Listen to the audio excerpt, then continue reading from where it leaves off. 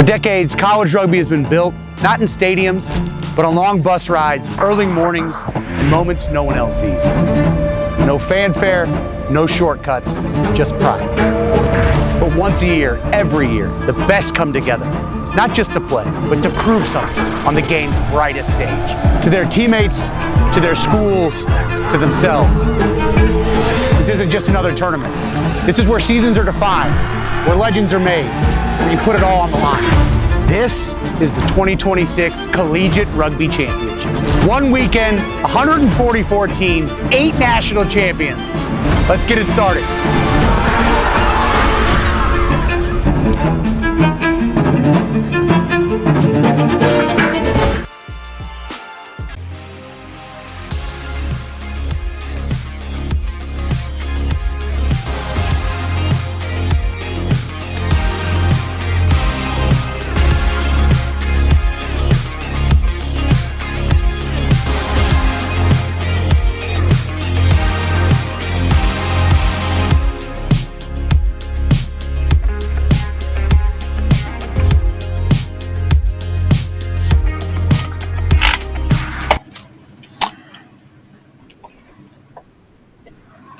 And we are live at National Collegiate Rugby Sevens Championship here on day 2, April 25th, 2026. And first game here today on field 13 will be Maryland versus Delaware.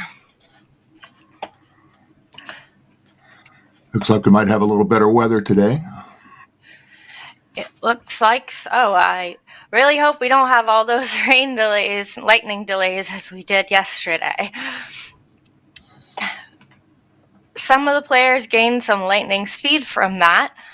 Some not so much, but let's see how these players retained that and rested up yesterday after their long day yesterday.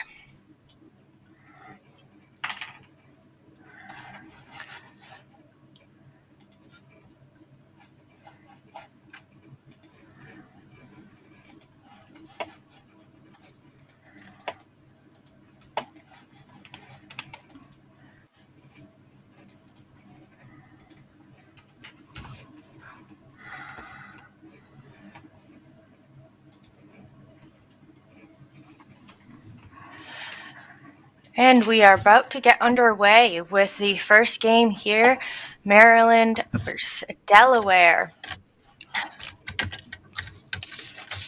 Maryland will want tempo. They're dangerous when the ball never stops moving. And here we go. Delaware will take the kickoff. Maryland will be receiving, and it does appear to be knocked on. That is an unfortunate error. They will set back up into first scrum of the day. Right off the bat, and Maryland will take that scrum, receive possession, bringing it back down the line, out wide. They need to get it out of their half if they want to get some points on the board. Right across. Ooh, that was a risky pass right in front of their try line. And looks like a high tackle there. And yes. Get a penalty here to Maryland. Tap and go. And Maryland is going to try to get that ball out of their half. And wow, Well done. speed on that young man. And they have gotten into their opposition's half. Let's see if they can keep moving forward and capitalize on this. Nice fend there. What a push forward.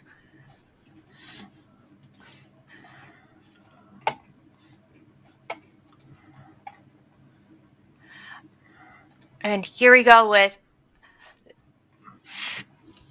the speed on Maryland, passing it out to number 4, getting it out wide. And oh, that might have been a knock on, but let's see if we can play advantage. Looks like referee saying play on off his foot. Play on they do. And number 8, Maryland. Wow, what a run. Nice try. Arthur touching it That's down. one way to get out of the jam they were in, huh? That it is. Christian Arthur, number 8, touches it down from Phoenix, Maryland. And number 5, Garrett Schnuppner, has converted the try. Or have they? Yeah, after sort of a loose start there, they recovered pretty well. They did. Kick was missed. Apologize. We had a lot of missed kicks right in front of the try post goal post yesterday. I'm curious to see how this day is going to go with the kicks as well. And Maryland number 5, Garrett Schnuppner, will take the kickoff. And Delaware on the receiving end. They're pretty close to their own try zone. Hard to bring down there.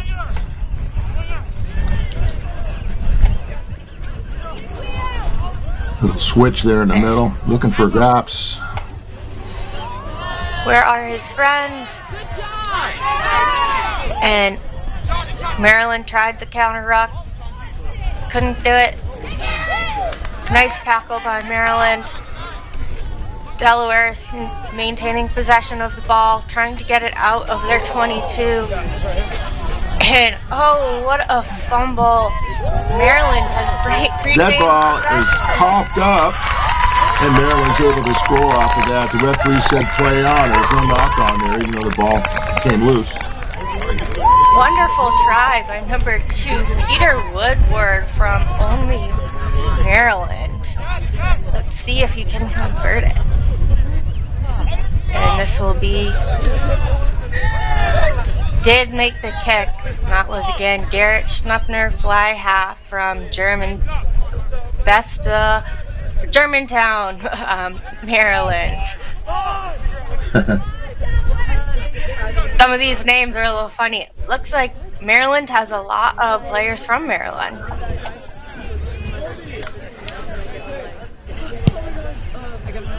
And Delaware, or Maryland, will have the kickoff. Delaware on the receiving end. And they're looking for friends. It appears to be getting a little frantic. Nice try with the counter ruck, but Maryland has retained the possession. Oh. Looks like obstruction there on a penalty.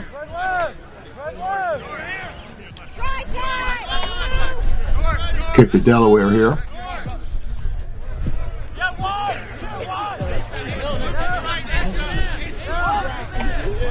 And Going with a tap and go, maintain possession. nice switch. And he is in a field of yellow. Surrounded and brought down. Delaware's looking to get it out of their half again. Oh, just a little mistap on the ball, knocked forward. That will go back to Delaware. Or Maryland, I Maryland apologize. is going to have a little scrum here. Another opportunity for them.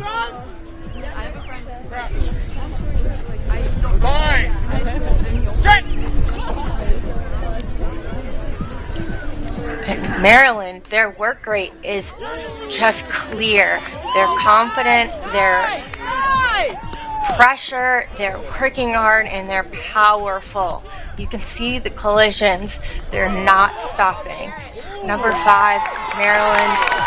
And another toss for that speedy wing on the outside, who's able to touch down in the corner. And Marianne Johnson, scrum half from Baltimore, Maryland. Speedster on him.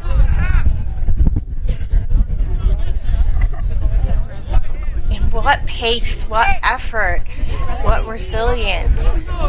Clearly you can see Delaware is tired from the relentless attack from Maryland.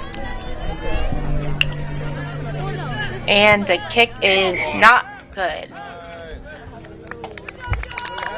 Score will Tough be kick to that corner. 17-0 as we go into the second half.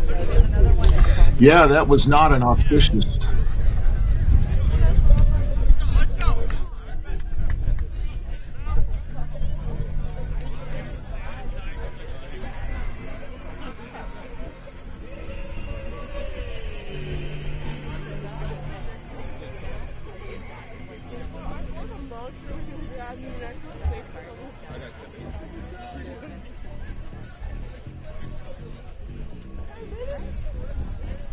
We wanted as a team to get experience. It was something that we sat together last semester in the fall, and we decided, it would be beneficial getting to see different parts of the culture that everybody has here and how welcoming everybody was has been a real highlight for me too. We got a lot of guys that come to Northeastern all around the country and have different levels of playing, and they become lifelong friends by the time they leave Northeastern, and these trips are kind of where those memories are built. It's an absolutely great experience. I would highly recommend. A lot of planning involved, but if you get it done, it could be some of the best moments of your life.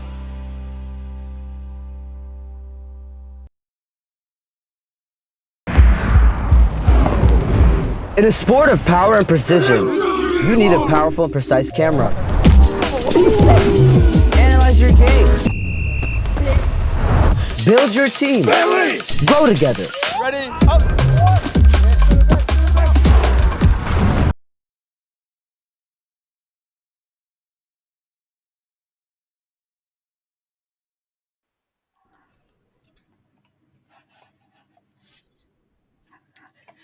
And we are back live at the National Collegiate Rugby Sevens Championship going into the second half.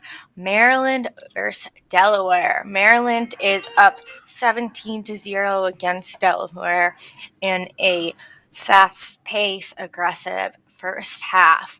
Let's see if Delaware can make some moves in the second half and get some points on the board.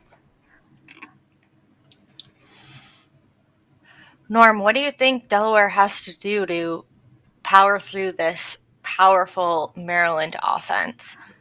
They're going to have to start finding some gaps and control their possession a little bit better than they did in the first half.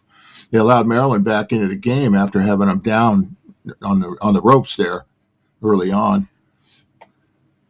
Absolutely. And you can see this Delaware defense is just not letting up. We saw them Maryland defense. We saw them powerful on offense, and now we're seeing them again powerful on defense. Really playing on the front foot, Katie. They got a lot of confidence out of that first half. That they did.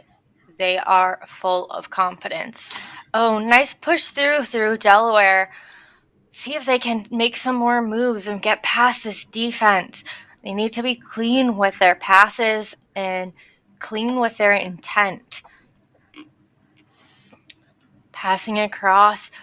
Ooh, they're looking for their friends. Can they get through? Oh, this defense on Maryland is tough.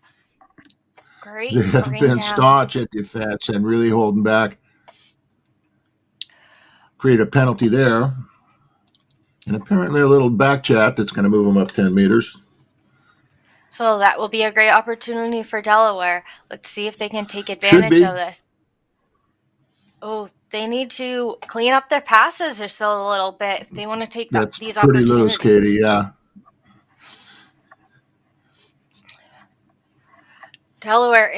Maryland is just not giving them an inch, not a centimeter. But can they find the space? That's a gap. Oh, there it is. Nice tackle, brought down. Tackle again. Mishandled, but still in possession. And it is. First hands on the ball for that Delaware player. Pretty indecisive there by Maryland. Sorry, Delaware. And to give up possession now. Oof. Gathered in by Maryland there. Number 9, back to the speedster. Back to number 5, our kicker. And quick right pass. Oh, and it just quick as mishandled. That's an advantage. That knock-on advantage should have been played on, in my opinion, but referee says, nope, going to come back to a scrum. I agree. That would have been an opportunity for Delaware to get some points. You could see the frustration in their players, but it is ultimately the center referee's decision. And that decision is made to have a scrum.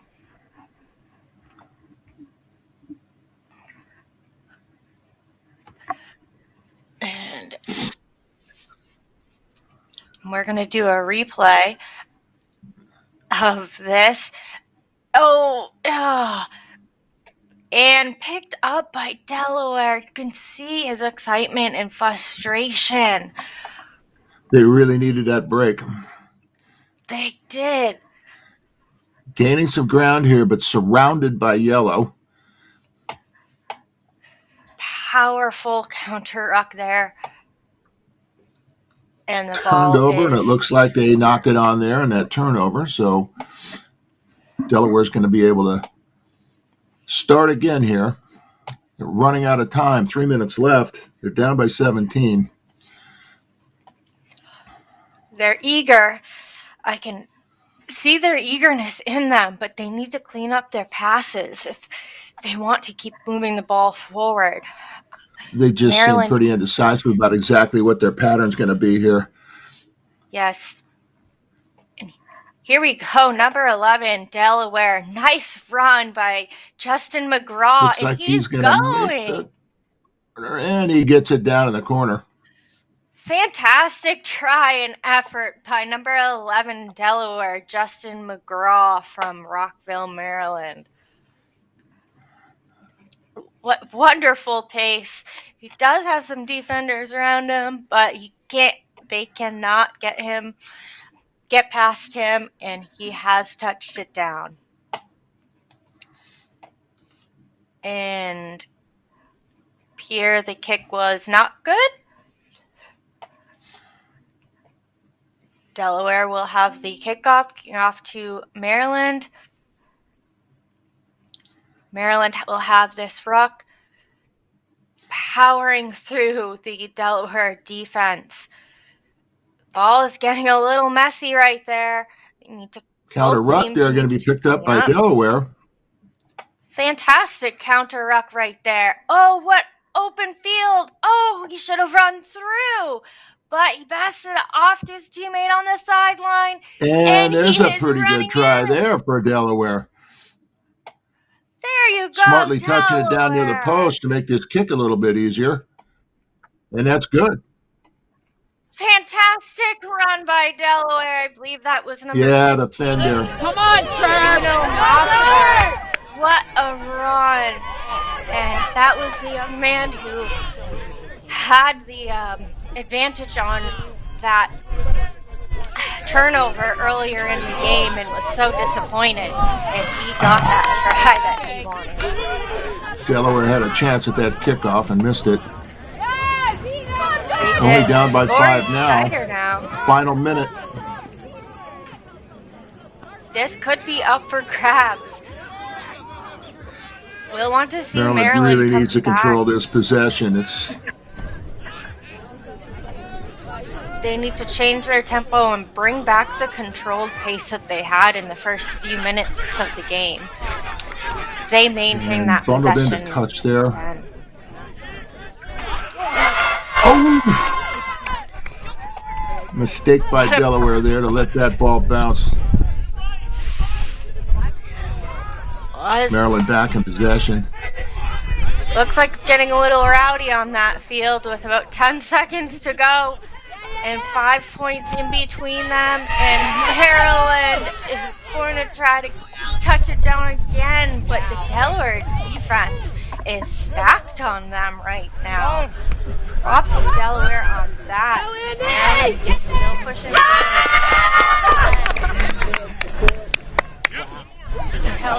Maryland number 12 And fumbles it on. the knock on it's going to be a scrum to Delaware.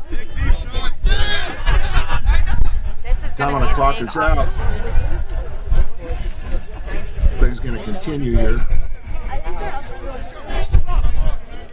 Delaware needs to take advantage of this opportunity right here. This could be it for them. Let's see what they can do with this scrum. Delaware scrum. No, Maryland has the defense.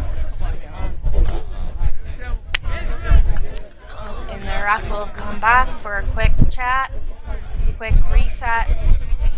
And number 21 on Delaware will feed the ball back in. And, oh, quick. But it was received and picked back up by his teammate. Oh, and intercepted by Maryland. And Maryland Could has be the nail in possession the of coffin the here, ball. Katie, and there it is. Oh.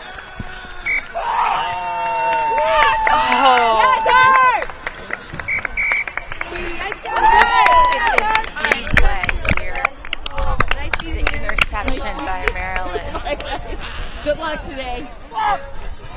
What effort, what pace, and what identity that Maryland has just stamped on themselves to make it forward into the next round.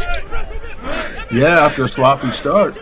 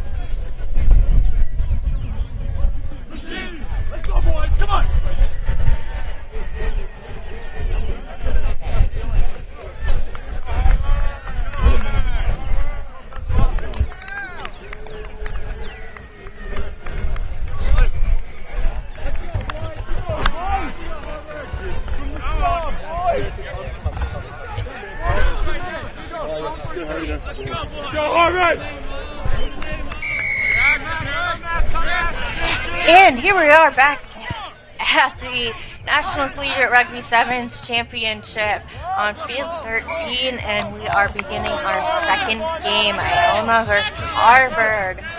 Crimson Tide versus Iona Eagles. And we'll see the Crimson Tide take that ball and touch it down. I apologize, wrong team. That is Iona, who has gotten that first try of the match, number 10, and he has gotten that kick.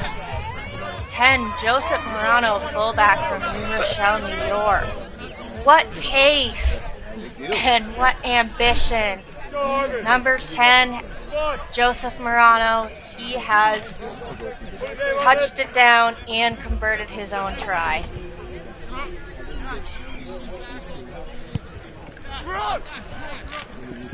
And Harvard has retained the ball on kickoff. Harvard hasn't gotten their ball in the hands quite yet. Let's see what they can give us. I'm excited for this match.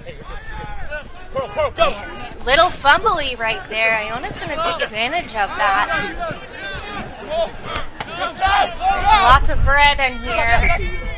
Apologize if we... Yeah, Harvard trying to right the ship there. Yeah. Now it's going to be brought back to a scrum for Iona.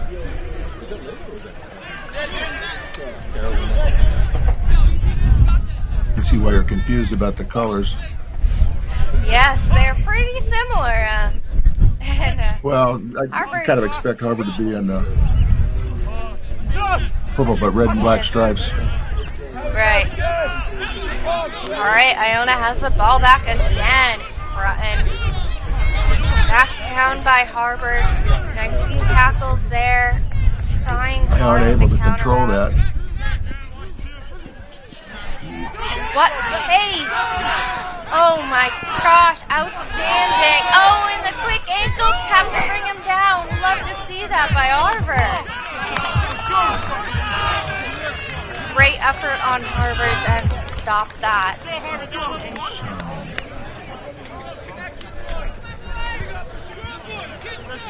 And it will be a scrum to Harvard, and they are right in their own 22.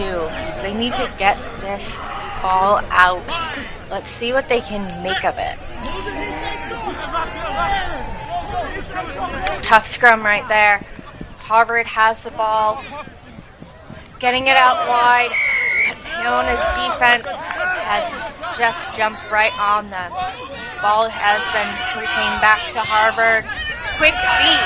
Number 12, Harvard. Wow, what pace. Daniel Erasmus. They needed that gap right there, Katie. That's a nice try by number 12. That was a fantastic try. 12, Daniel Erasmus. Show and go there. Just able to run through the defense. Look at that drive, ambition. That's going to give them some much needed confidence to go forward. Daniel Erasmus from Harare, Zimbabwe. Love to see all these internationals here. Shout out to all of our Zimbabwe viewers, if we have anyone from out there. Your boy just touched it down for 5 points. Let's see what else they can give us. And he will take the kick off. Nicely lofted. Not quite 10. We had quite a bit of those yesterday, not go 10 as well. Iona is taking advantage of that. Number 9, James Phelps. Opportunistic right there. Nice try under the post for Iona. That was a great try. That was smart rugby. He took advantage of that. There was a gap right there and just Backed went himself. right through it. He did back himself. He had that confidence. Didn't have anyone on him. Number 9, James Phelps, fly half for another international from Gora. Apologize if I pronounced that wrong. And the kick is good. And the score right now, 14 Iona, Harvard 7. 3 minutes and 30 seconds to go in the first half.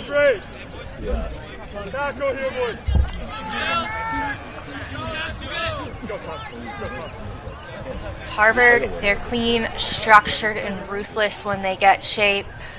Iona play downhill. Everything's fast forward and physicals. The Gales don't wait for chances. And Harvard will take this chance right here. It will be a scrum to Harvard. Oh, I apologize. It will be a scrum to Iona.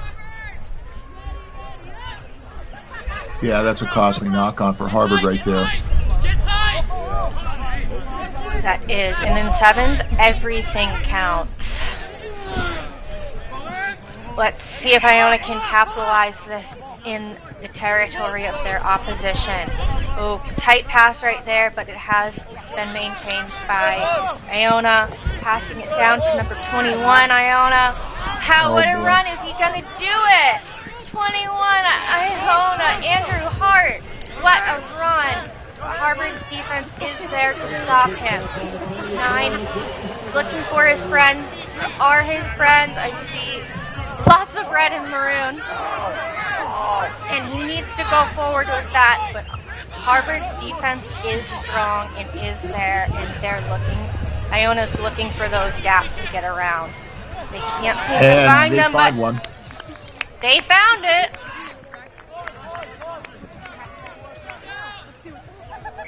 Number 5. Really good try by Iona. They're looking like a very well-coached side. Yes, they are. Coaches Kyle Granby, Nicholas Clappison. They have structure, they have intent, and they have confidence. And Number 9, James Phelps will take the kick, and it is good. And the score is now 21-7, Iona leading.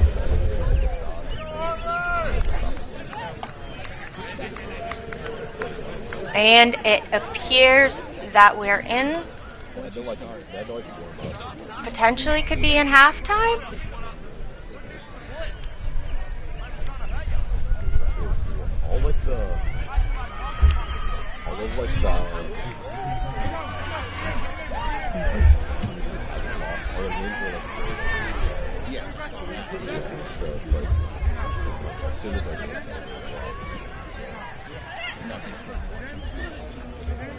These are out like 4.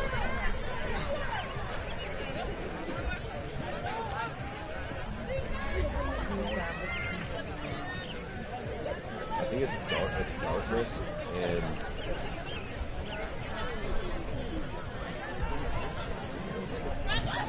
Bonnie's lost the darkness. Yeah. I think it's like Tommy's in there.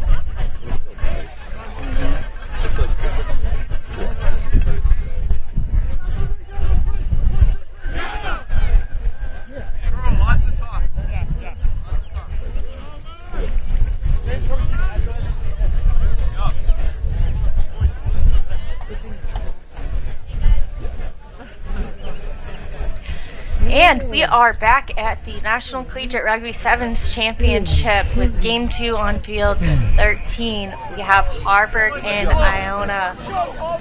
Iona 21, Harvard 7 going into the second half. Yeah, Katie, let's see if Harvard can pick up and clean up their possession a little bit here. Yes, they do. Iona has strong intent and they have this confidence. You can see it exuberating out of them that is clearly backing them. I'd like to see Harvard get a little tighter on their defense right now. It's a little hard to see with all these similar colors, but tell the fast-paced runner number 2 on Iona. And then offload goes into touch, so it's going to be a Harvard ball. They need every break they can get here. That they do. I'm not sure that we've seen a lineout yet in this game. And it will be thrown in by number 9, Garrett Lewis. Harvard does have possession of the ball. Yes, I'd like to see Harvard with a little bit more intent, and here we go with it. Nice run by number 11, Christian Cahone. Ball is being passed back wide. Needs to get it across the field. Great defensive work by Iona. You can see that still. Solid defense by Iona. They're playing excellent positions. That was excellent defense. It really caused the Crimson to get that ball loose, but Crimson has maintained possession. Right now, they're bringing it across the field. They need to get it out wide and get their speed on it, but they're surrounded by Maroon. And he does looks like a believe little knock onto that tackle, so it's going to be a Iona scrum. Yeah, Katie, Harvard doesn't seem to be firing on all cylinders here. No, they don't. Iona is just dominating. I can feel their confidence just coming off of them so strongly. They have intent, they have fire, they have power and drive. We saw them on offense and we're seeing them on defense. Right now, they do have the offensive scrum. And That might be a card. it does. Knock that on, trying for the interception. It's going to be set off. And Harvard's going to play that a will- person down here for another 2. That will be unfortunate for Harvard. Does have a yellow card for the next 2 minutes, so Iona will be up a player for the next 2 minutes, and they are definitely going to capitalize on that. Harvard has to strengthen their defense right here. Number 2, Iona, off to number 10. Great push on that ruck. Oh, coming in from the side. That's going to be an error. And we'll see on the rest decision.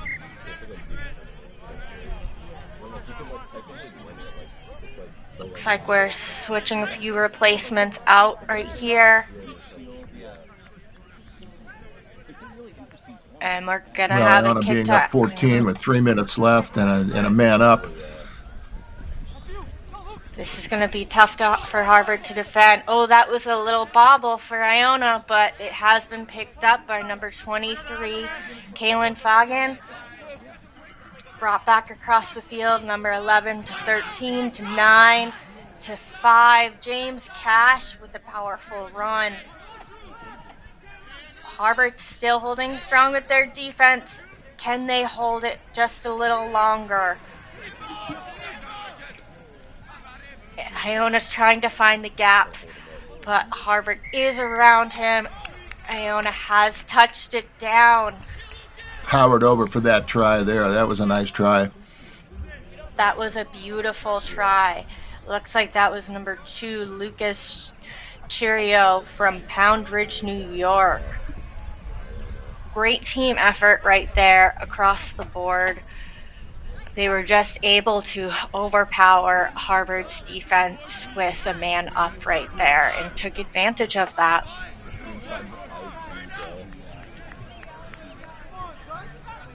And we will wait for the kick, and the kick is good. And now the score reads Iona 28, Harvard 7. Just under 2 minutes to go in the second half. We should be getting the yellow card player returned any second now if he hasn't come back already. Any That help they can should- get right now, Katie? That they do. Be a kickoff to Harvard. Harvard number 6, Grant Lemmer has retained that ball. Harvard 10 passing it off to his teammate 9. Quick pass back to 9.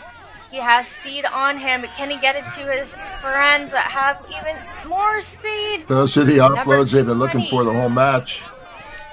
That was great effort by Harvard right there. They are getting close to their opposition's 22. Let's see if they can make something out of this.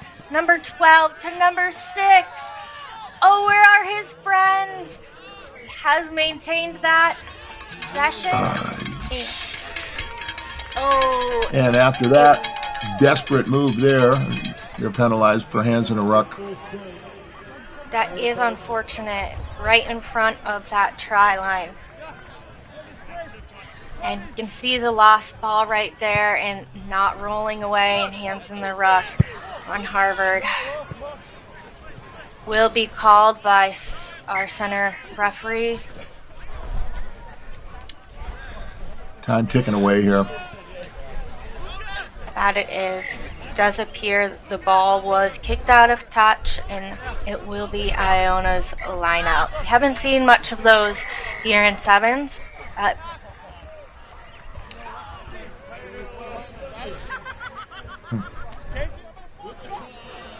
all right.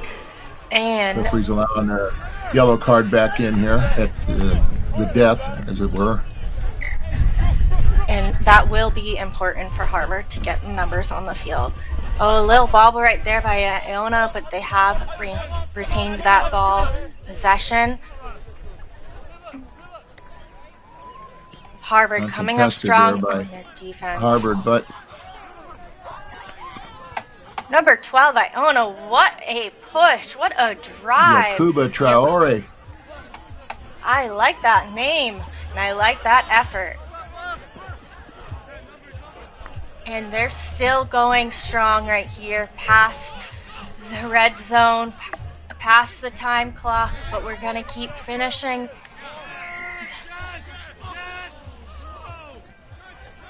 Oh, no. Yeah, he left his feet there, so it's going to be it. Penalty to Iona. That's unfortunate.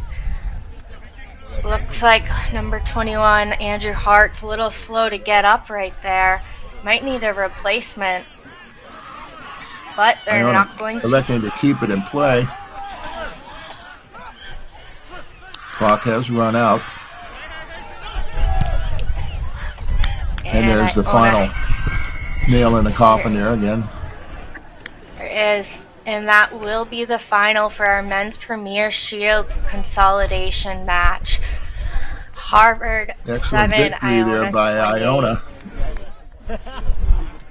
Wonderful work rate from Iona. Unfortunate for Harvard, they weren't able to get the points that they needed, but outstanding work from Iona to make it to the next round.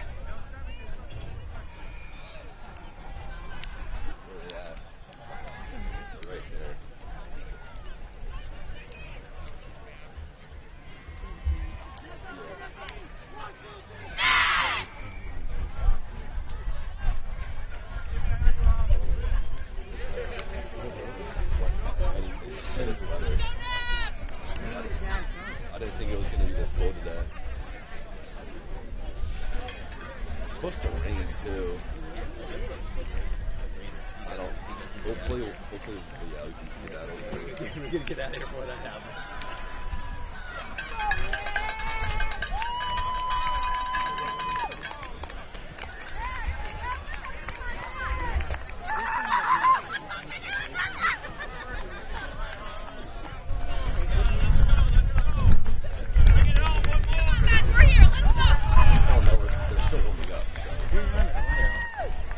Looks like they're going to be on.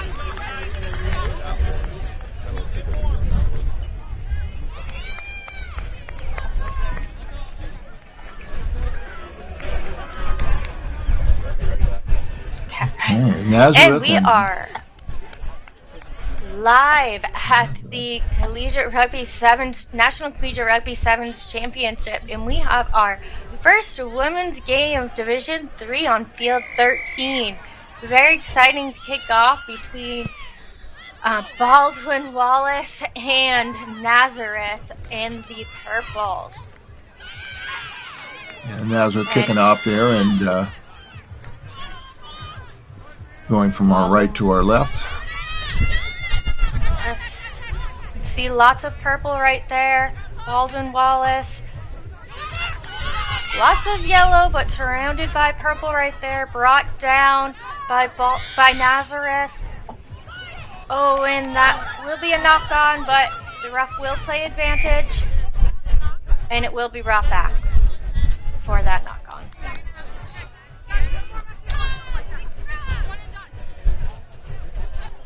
A little nerves maybe in this first match. Get things out of the way. We'll get this first scrum underway, and it will be a scrum on offense to Nazareth.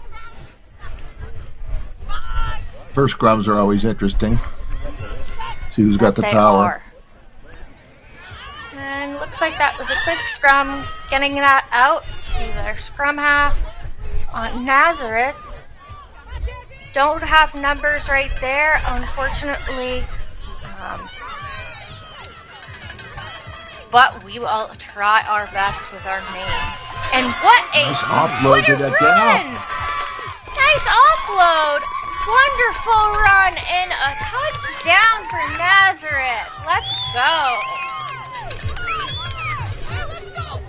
Let's look at that replay right there from that offload and that powerful run. And she does have that support runner if she needed it, but she did not. She was able to touch it down.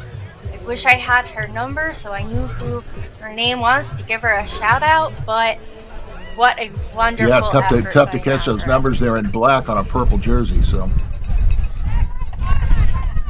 And the kick is not good. So we will have the score 5 Nazareth, Baldwin Wallace 0. About 5 minutes and 40 seconds to go in the first half.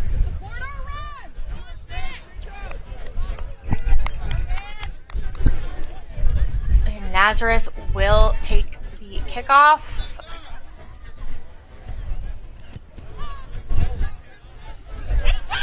And it does not appear to doesn't have go the gone. distance. We've seen quite a few of those so far, even yesterday and a little bit today of not going 10. I'll be curious to see how the rest of the game goes with these kickoffs. And Baldwin Wallace has possession of the ball again. Let's see what they can give us on offense. We saw Nazareth. Using their forward side there, powering They through. have. Wow! And what there's a some run! speed from Baldwin Wallace. Great run by And she's going to make it all the way through. Wallace. Nice congratulations by her teammate, number 7, Molly Kansinen. Don't believe she was the one to touch it down. I cannot tell her number, but wonderful try and wonderful support. And Yeah, Baldwin nicely Wallace, broke that tackle nicely and was able to get away with her speed. yes, and Boy. that kick was good. Not exactly textbook, but they're all good in the scoreboard. Exactly, every point matters. And Baldwin Wallace is up 7-5 against Nazareth with about 3 minutes to go in the first half. And that kick has gone the distance.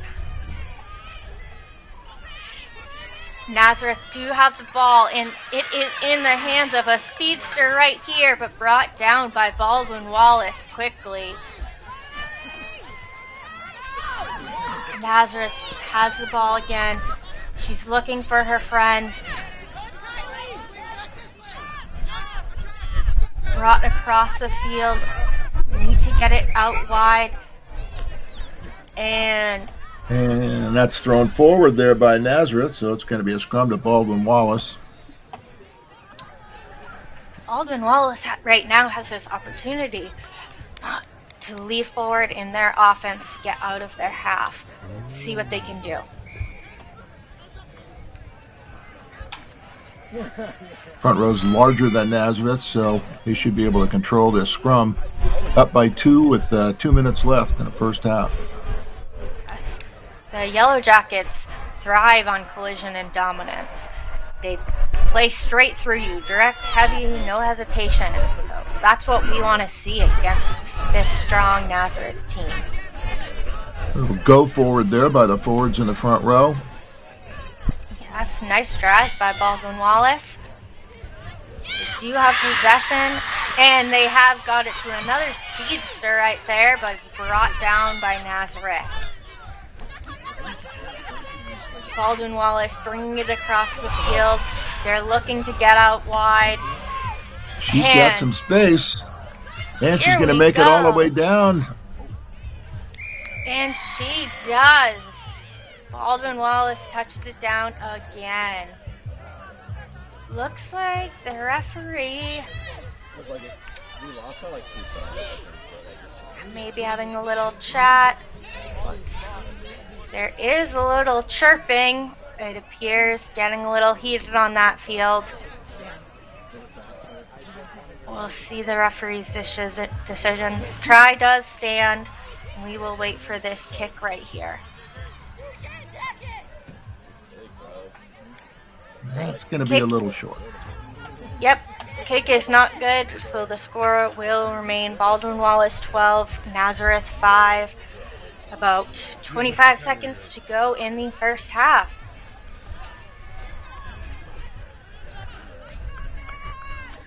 Baldwin Wallace will have the return kick, and it does not go 10. But we are playing on. It was a little bounce. The ref was okay with that. Nazareth does have possession of the ball, and they are going forward on offense. Wow, what a powerful run. She spotted a few gaps right there.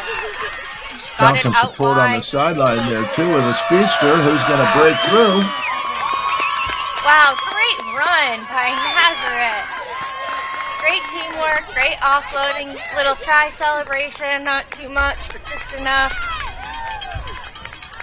Quicker, she got around 1-2 players, and she turned on her jets and was able to touch it down. Nazareth for another 5 points.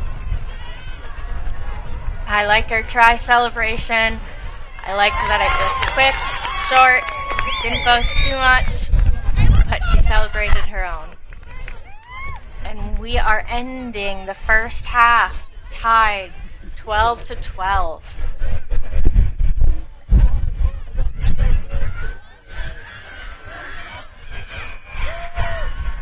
Gotta get the shots.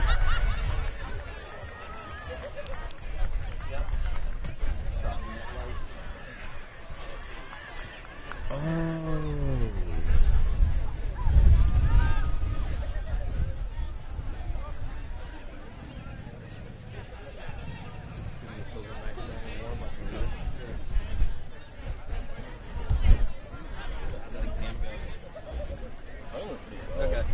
Not like, I feel like.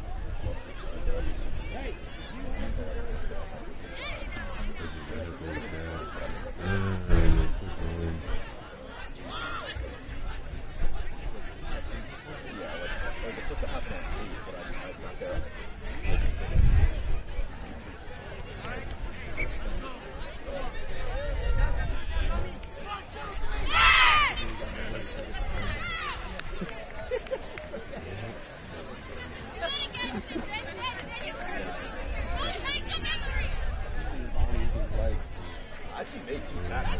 Yeah. That's the program.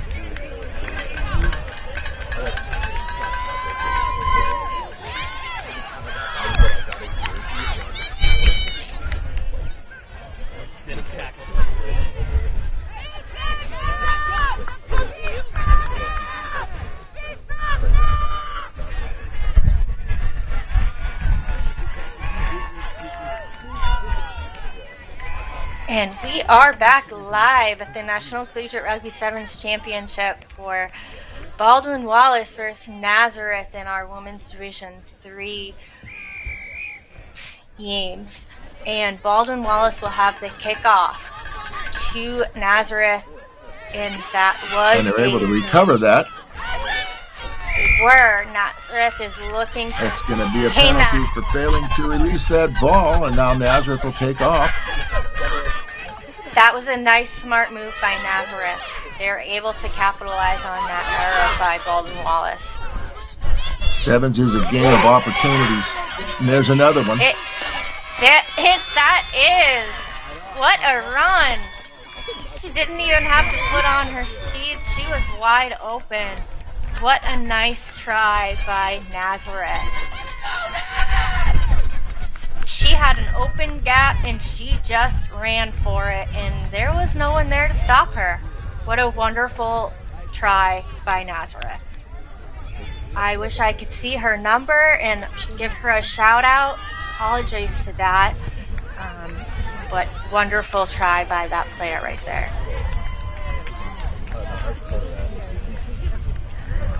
Oh, and we experienced this yesterday on this field.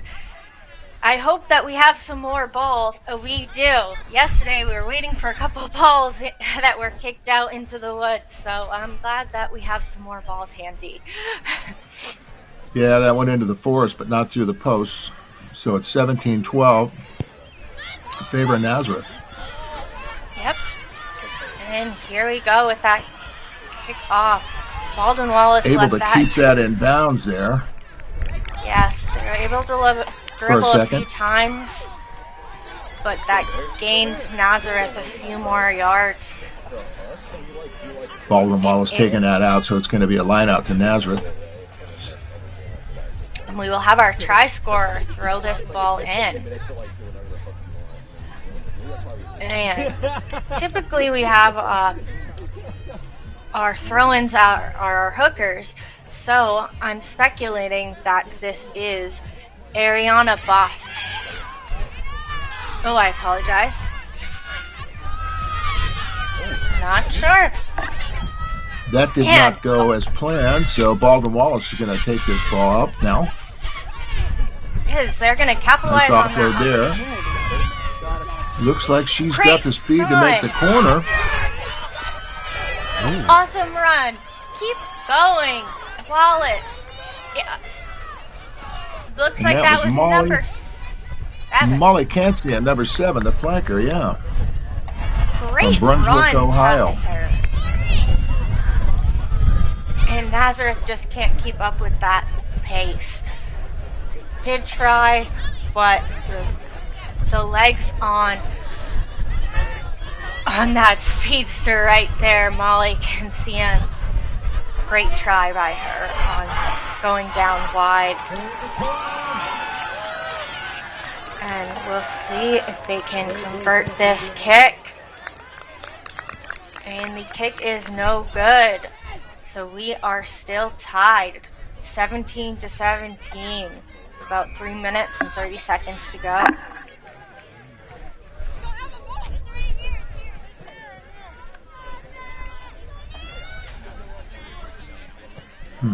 This.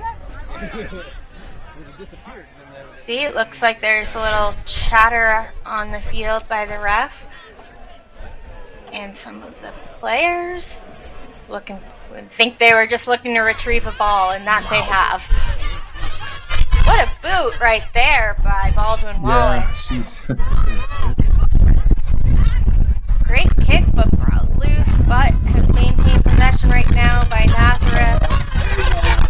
We got some speed on her right there, but slowed her attempted down with that tackle, and then offload, try scorer right there. Back across the width of the field. Can they get it out wide to another speedster? Brought down by Baldwin Wallace. And just Loose a pass there. mispass right there. And there is not a counter ruck yet, so Nazareth has gotten the ball back. And the what a speedster for run! Nazareth is going to get away. What a run and a touchdown. Try Nazareth. That was fantastic. She just broke through 3 players right there, just with pure speed, power, confidence, adrenaline. Good effort by Baldwin Wallace, but they could not stop that speedster, Nazareth. Great try. And I apologize for not knowing her name, but it looks like it could have been her second try of the match. And that kick will be no good. Better technique, same result. Yes. So a 5-point lead with a little over a minute left. Nazareth is up by 5, 22-17. Yes. We're underway. And missed catch by Baldwin Wallace. And Nazareth has surrounded her. But Baldwin Wallace has maintained possession. Great tackle. And I was wondering if the ref was going to call that, and that she has. Baldwin Wallace has gotten the ball. They're on the offensive move. They're getting it out wide. That could have been a forward pass. And That's the signal. So Nazareth is going to get this ball in a scrum, midfield. 26 seconds left.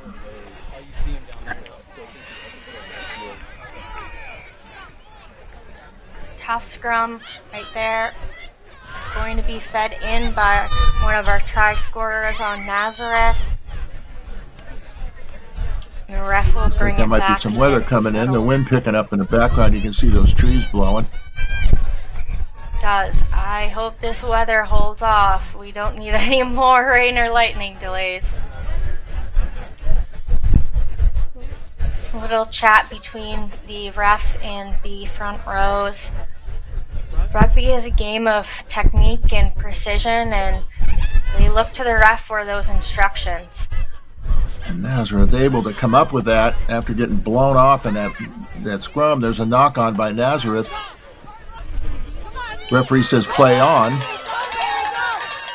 And play on she does. That was our last And try looks like scorer right Nazareth there. is going to get back if she can,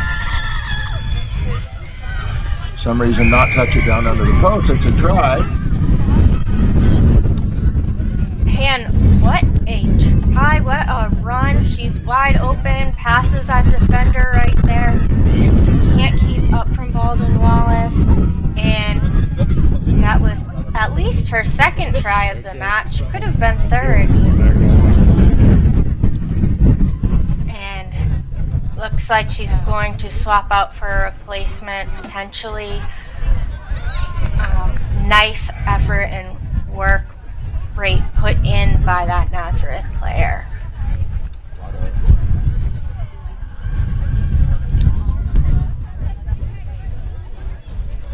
And the kick is not good. So we will end this game with Nazareth 27, Baldwin Wallace 17. You can see that Nazareth excitement thrilled in with the that win. They should be. It was an excellent match by them. Showing their speed. It was a great match to watch. Baldwin Wallace, they got some points on the board as well, but they weren't able to shut down the speedsters on Nazareth.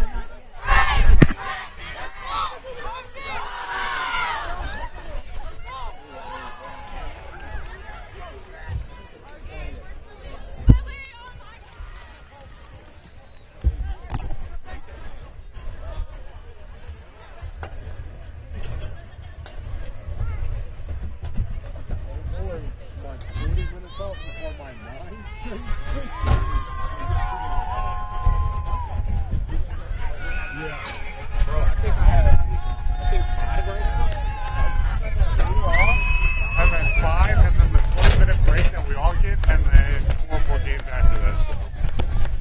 Stay warm, man.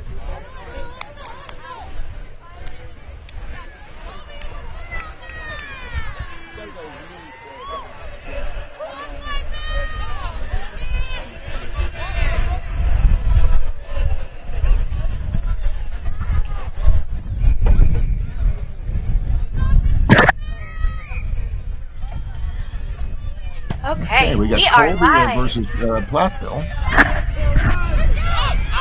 And Colby has gotten the ball from kickoff. And they are on the offensive move in their own half. Nice defensive work from Lioneers. And Colby has the ball again in those stripes. But there's defensive structure from Platteville. And we'll Forward pass look there to to result in a scrum here for Platteville. University of Western Pennsylvania looks like. Yes, and it will be fed in by number 9, Jordy Pash. Oh, and a missed pass right there. Just brought over her head. Looks to be a knock-on. Yeah, couldn't get going there in that motion, so it's going to be back to Colby. Yes. And when Colby settle into shape, they squeeze with patience. So they want to control the tempo through accuracy, not chaos, and that appears to be what they're doing right now in the first minute or two.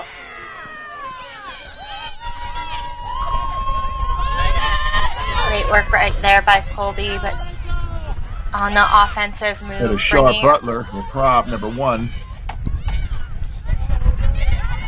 And the ball is knocked forward and gotten loose, and now it is in possession of Platteville. Turned Advantage over. Platteville. Platteville needs to take advantage of this opportunity right here. I want to see what they can give us on offense. Nice spin move there by Platteville. That was.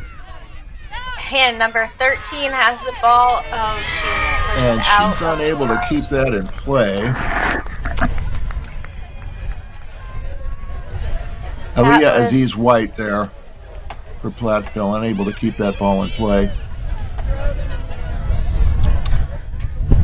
Number 6, Colby, Elizabeth Chapman, flanker from West Chassis, New York, will take the throw in. Well, that was interesting. But Colby has maintained that possession on offense. Oh, quick switch pass right there. Getting it out wide. Passing your friends who's found the hole, but Platteville is right there on the defense. Colby maintaining the ball, powering up the field right there. They're using structure and they're trying to make clean passes and use intent to drive forward. Platteville's right there to stop them. Ooh. Big collision there, and that ball's turned over to Platteville. Yes, that is. Great work by Platteville's defense right there to turn it into an offensive opportunity. And they knocked that on, so it's going to be back to Colby. And 3 minutes left here in the first half. Still nothing, or nil all.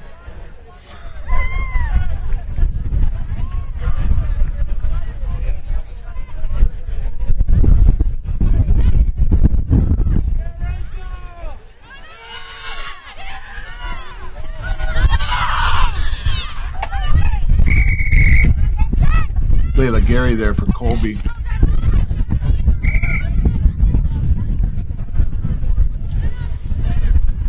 Coming back for a penalty.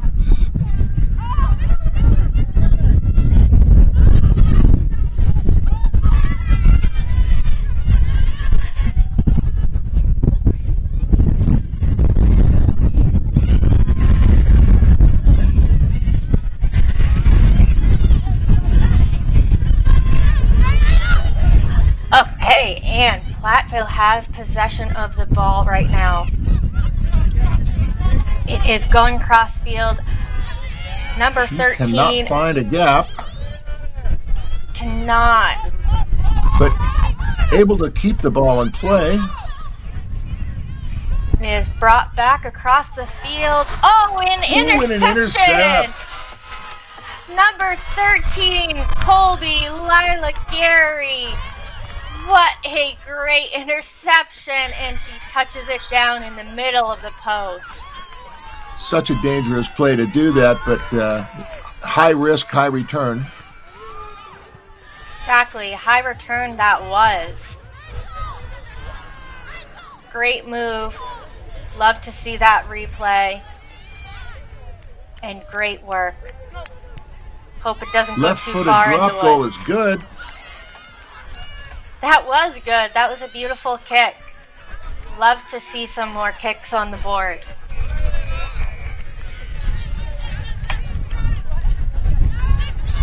Great try by Colby right there. So it will bring the score to 7-0. Colby up. About a minute to go in the first half. Colby has had the kickoff. Platteville is in possession of the ball on offensive foot. Bring it across the field wide. And they need to get it out. Oh, little mishandling right there, but it is picked up by Platteville number 13. She's looking for her friends to get it out. There's lots of stripes covering them right there on defense. But they have brought it across the field wide.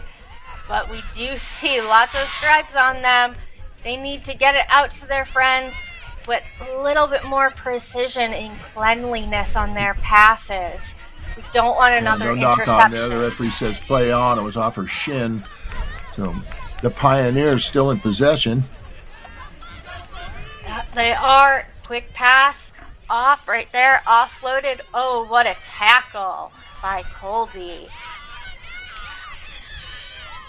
And it is brought back down again by Colby. Platteville have possession, and the clock is red in the first half, but they will continue on. Oh, and there's a this gap. play. Pioneers breaking through. Wonderful by 23, Jacqueline Bass. See this power, this drive, and movement with her legs to just touch that down and break through Colby's defender. Jacqueline Bass, center from... Nice series there by Platteville. That was nice to watch. And the kick she doinked it. Sorry. The kick is not good, so we will end the first half. Colby 7, Platteville 5. Platteville getting some points on the board in those last few seconds.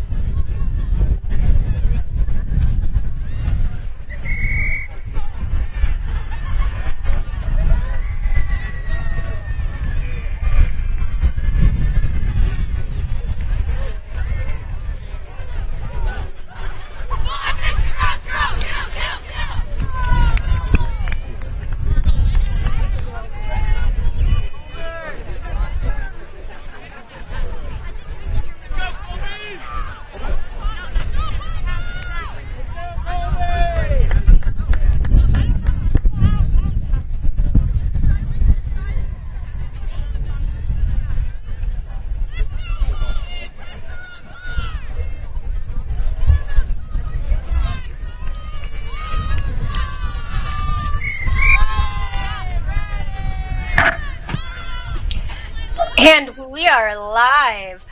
And that was a little grubber kick on that kickoff right there by Colby. Not pretty, but effective. That it was. Platteville has possession on the offensive. They have gotten it out wide. We haven't seen 13 get her speed on there yet that I know she has in her. She's going to be disappointed with that right there. She might be a little hurt. Give her a second there while they wait for the throw-in. Just giving her a minute for a little breather. We'll see if she needs a replacement. Nope, she's good to go. And number 6, Colby, Elizabeth Chapman, flanker, will take that throw-in. Colby has retained that, and they are on the offensive move. 17, Colby, Maribel Halbner. Great run right there. Powerful ruck right there. And finding a gap up the middle by Colby. Number 6, Elizabeth Chapman. The thrower, the try scorer. great try right there. Quick sidestep. She just got through 1, 2, 3, 4 defenders. What a beast. And she was wide open. Nice break there.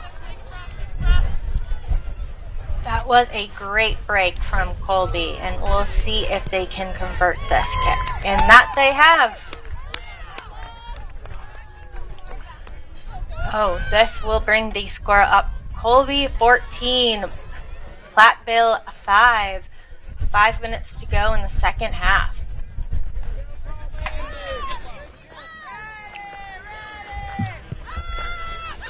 And Colby will have the kickoff.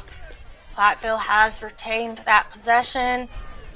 We'll see if they can continue retaining a possession in offense to get some more points on the board. They've brought it back wide. Looks like one of their speedy players have the ball, but they were brought down. And looks like a penalty. Platteville have the ball. Taking a quick tap, passed it off.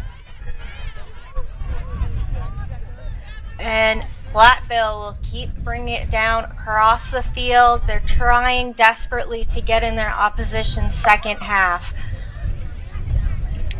Back to 15. Oh, here's some speed on that player. Number 11. Pass it off to number 15. Platteville. They are speedy. That's Lucy Darris from Colby. And Colby has now gotten the ball back on the offensive side. She's trying to be brought down by Platteville. She was brought back down, but Colby has possession. Oh, and an interception by number 12 on Platteville, Violet Lawrence. What a catch and touchdown.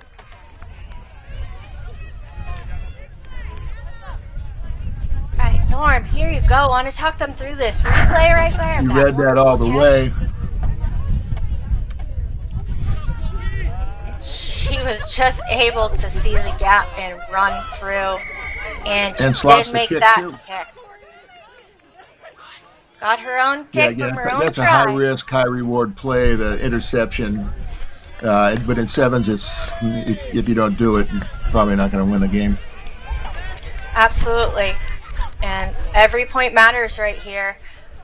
So we're up Colby 14, Platteville 12 with about 2 minutes, 40 seconds to go.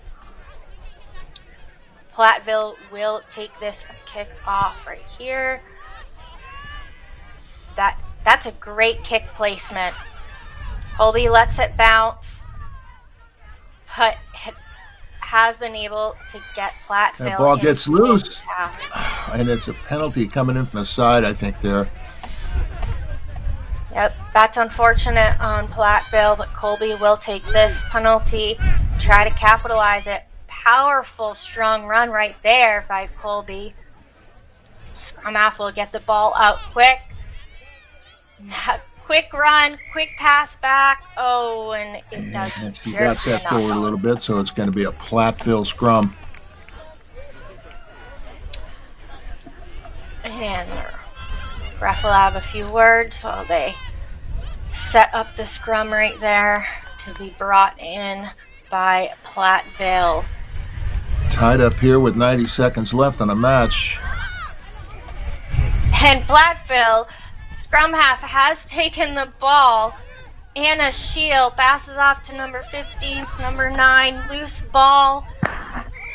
And tough counter up. Time off for an injury. Let's take a minute for a breather and see what they have to give us for the next few seconds in the match. Looks like that might have been a tough injury right there. Could have been a leg cramp. In a sport of power and precision, you need a powerful and precise camera. Analyze your game. Build your team. Grow together. Ready? Up.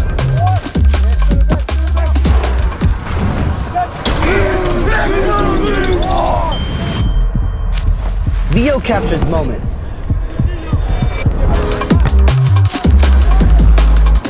A powerful camera for a powerful sport. Rugby!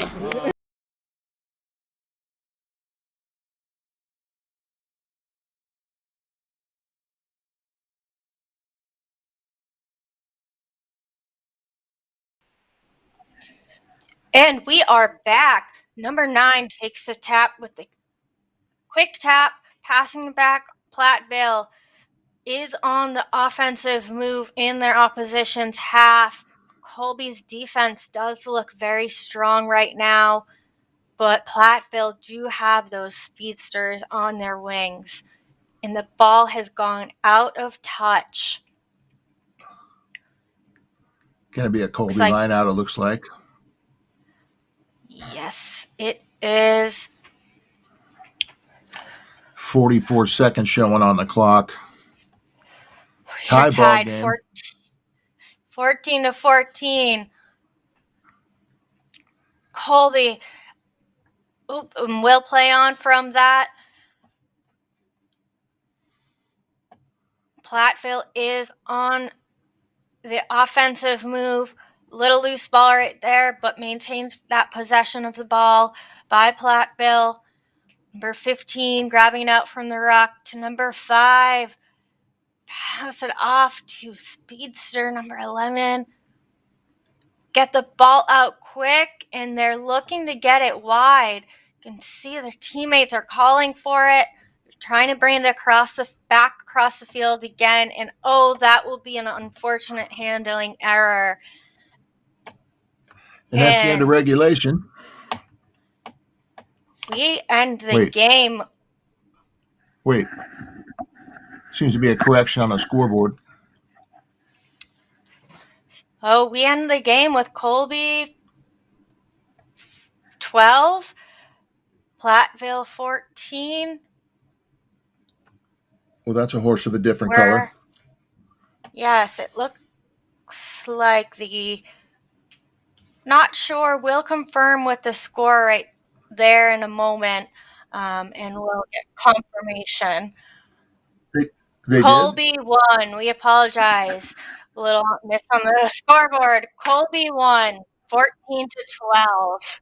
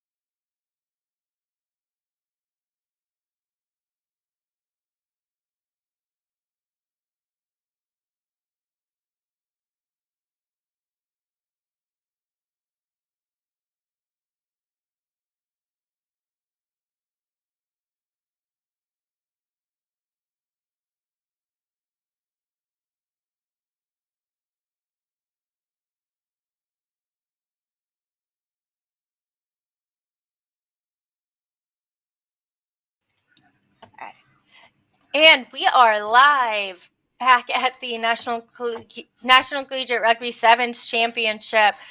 We are underway in the first half with MiraCosta versus Christopher Newport University. And looks like MiraCosta is on the offense. Colors are very similar, so we apologize here if we get any of the colors or players incorrect for a moment while we sort through which players are which. They're all in a field of one together. And looks like that will be retained by number 9, MiraCosta. MiraCosta. Thank you, Norm. Powerful offense on MiraCosta right there. CNU need to strengthen their defense right now. Are close to the touch line. Oh, it does appear there was a little high tackle, but it will be a penalty and be given to Christopher Newport. Has the offensive move, and look at the speed on her, but it is brought But down run by down there. 13. Nice tackle by 13, MiraCosta. Oh, wide pass. It is maintained. And wow, Christopher Newport wing is able to get around the corner. Look at that speed. And she does have some defenders on her, but She's able to is make it. able to touch it down. What a great run. You can see that power and that speed and that intent. She wants to touch it down, and that she did. Great try by Christopher Newport.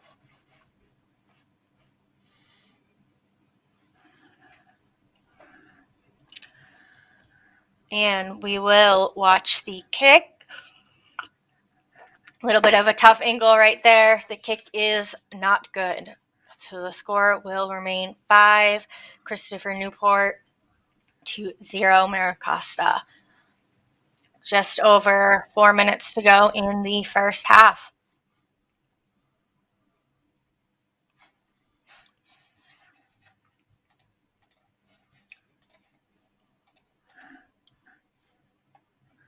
Right.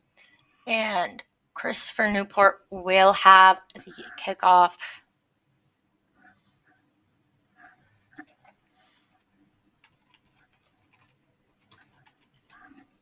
That's an interesting kickoff technique, but it seemed to be effective.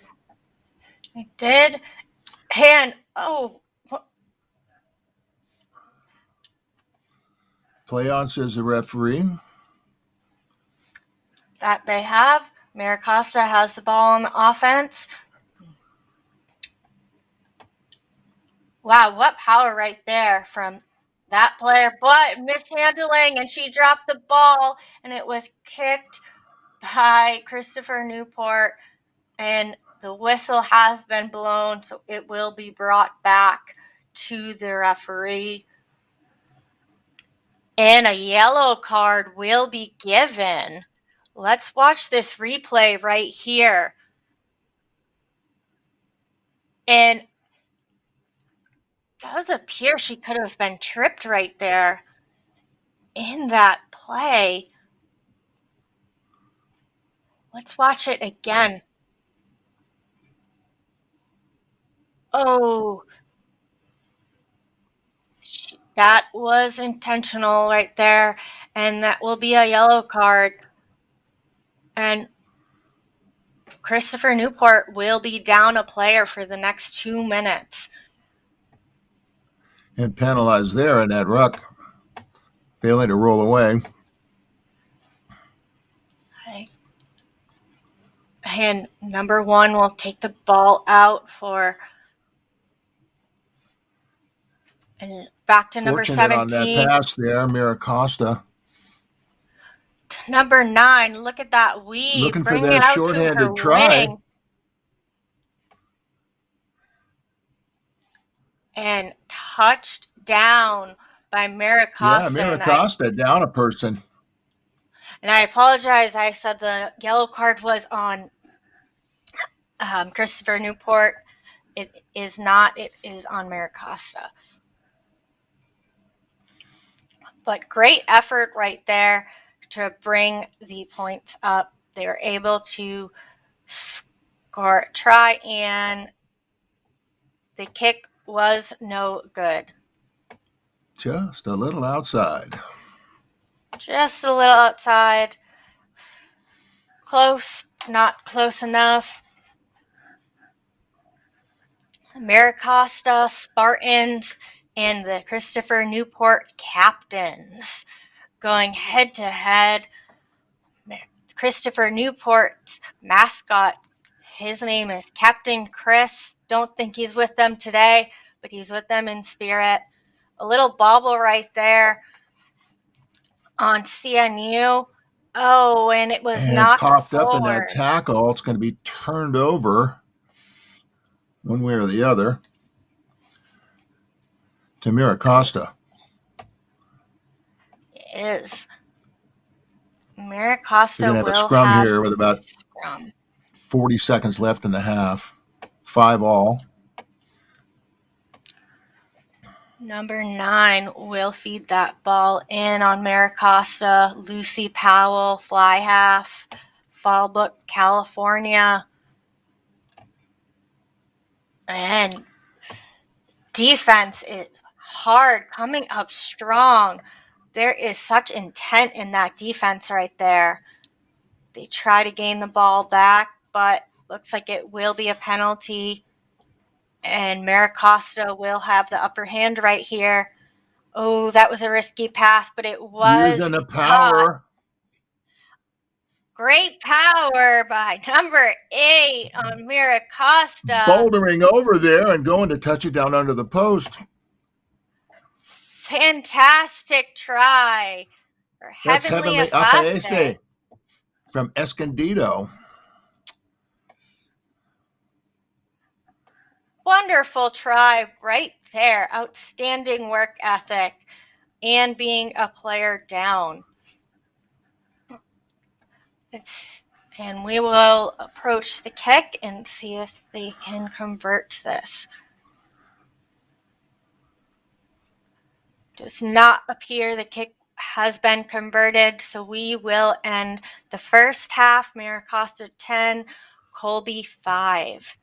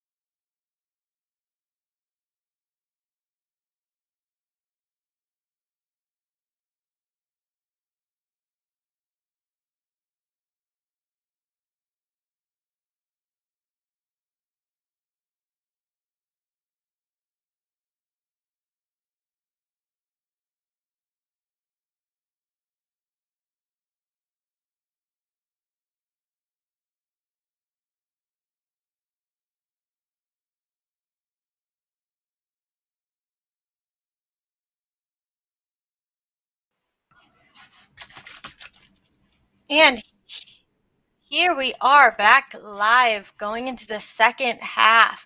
MiraCosta against Christopher Newport University. MiraCosta will have this kickoff. And the score right now is MiraCosta 10, Christopher Newport 5. But in sevens, momentum can shift in any second. And Christopher Newport is on the offense. And she has gone, wow, what a stiff arm. Wonderful offensive work from that Christopher Newport wing, number 11. That ball coughed up there on that turnover, and it's both teams are back at full strength. MiraCosta up by 5 here.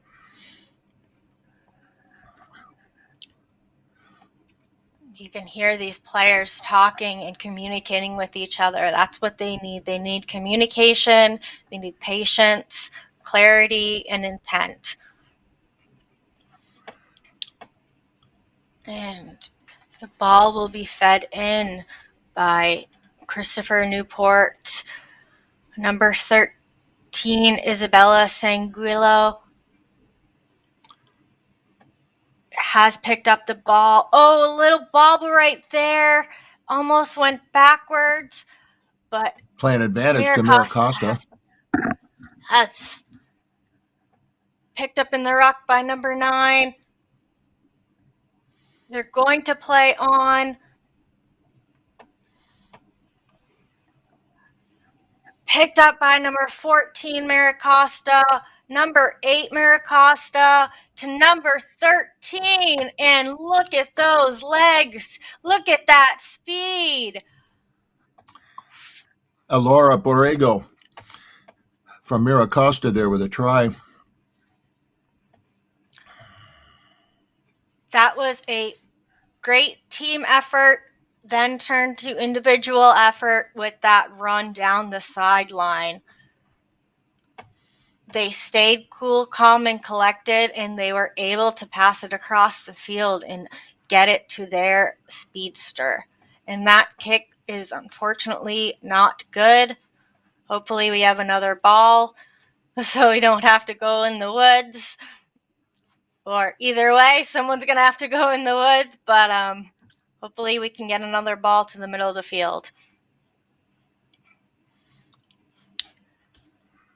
And MiraCosta up by 10 here, 15-5, halfway through the second half.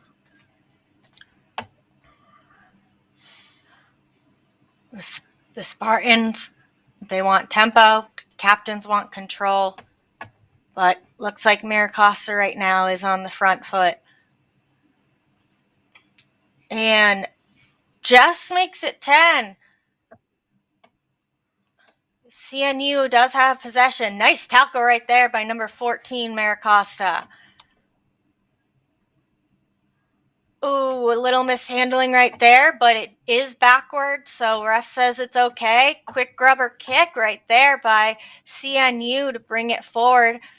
But it is picked up by MiraCosta to turn it over.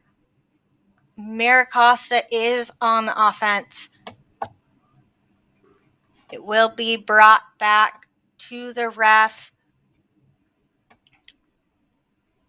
Penalty there to MiraCosta. They're going to tap and go. Daring her to be the tackle. And MiraCosta, great run. Oh, and intercepted right there.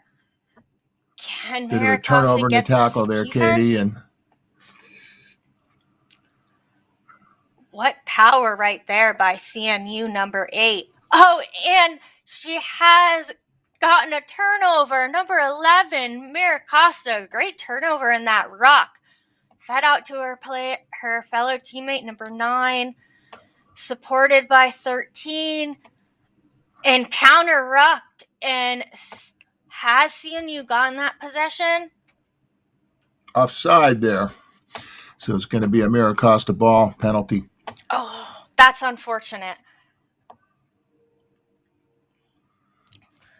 The ref will call it back to her designated spot. Back to the mark, tap 1. and go. Great run. Great support by 13, but there is that solid defensive line. Let's see if she can get through it.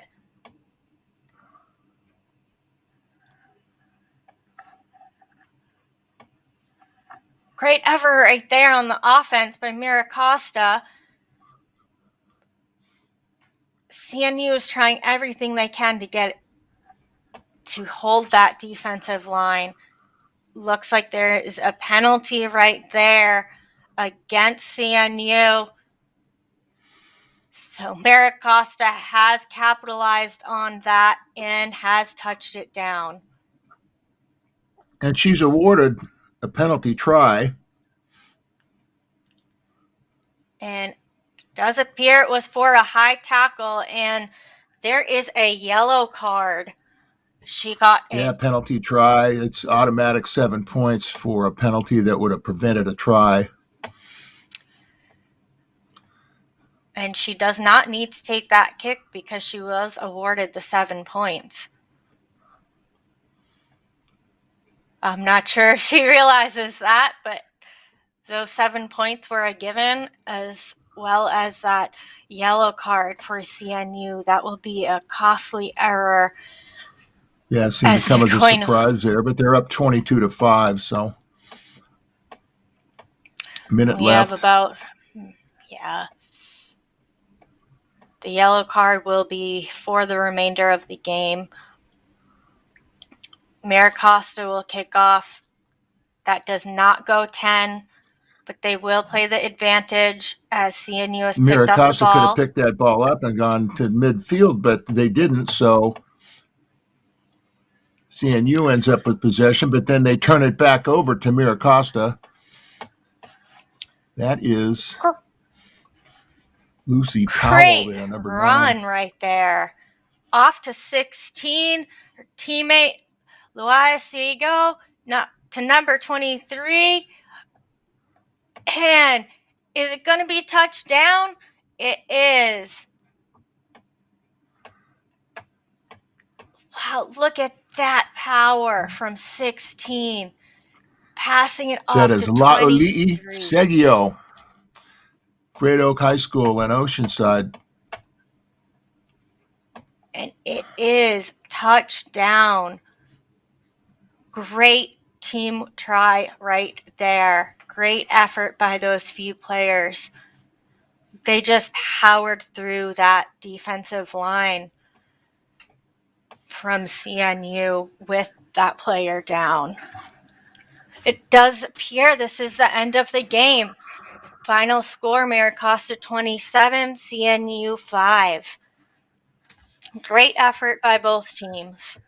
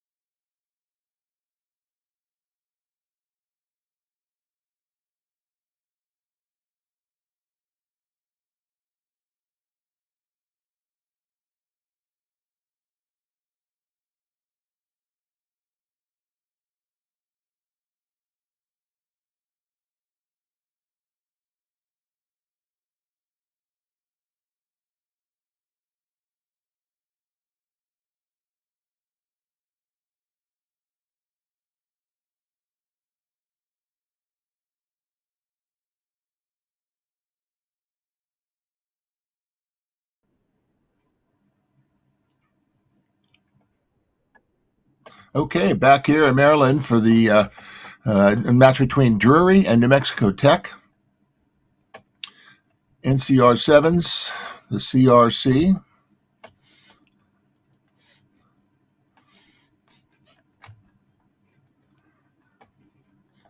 Drury in red, New Mexico Tech in, looks like black.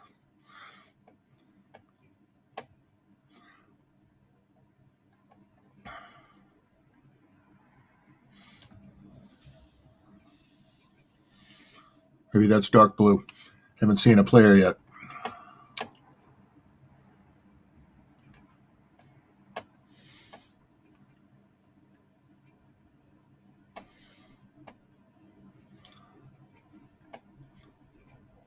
Not sure what the holdup is. Scoreboard clock has started. They reset it now. There's a whistle.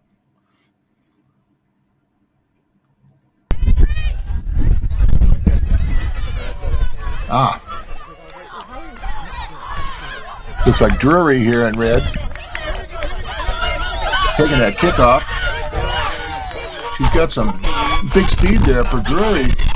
It's number 4. That's Lauren Tomlinson, the second row. Fair Grove, Missouri. Drury now up 5-0. the opening minute. That kick is not going to be any good.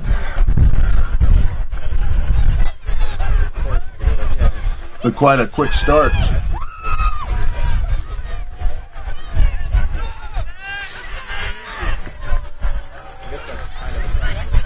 Another grubber kickoff. Knocked on, so Drury's going to get that back for a scrum.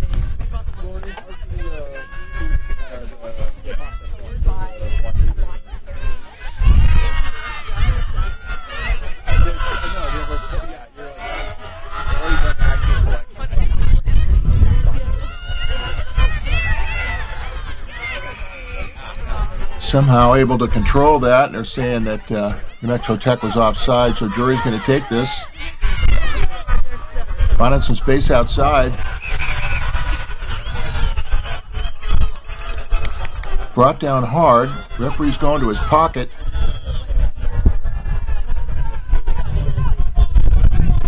Drury player is sent off there with a yellow card.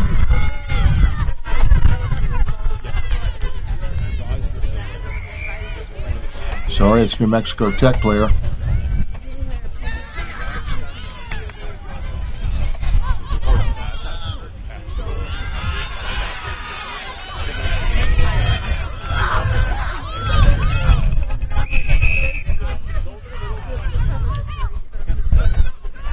Not rolling away there, going to be a penalty.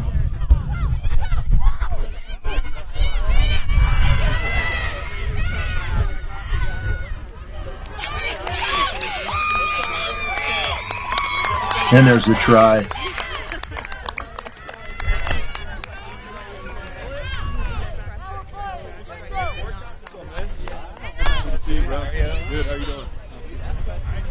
Quick take out of that ruck there.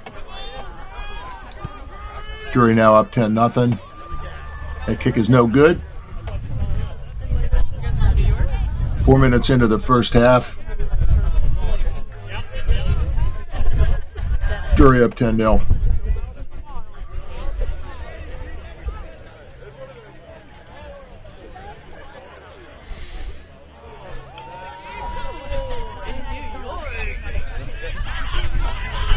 And wisely touched down there.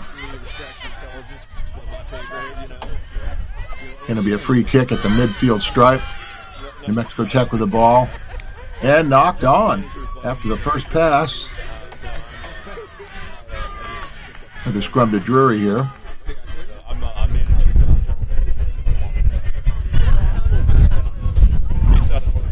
First scrum was sort of a mess. Let's see how this one goes.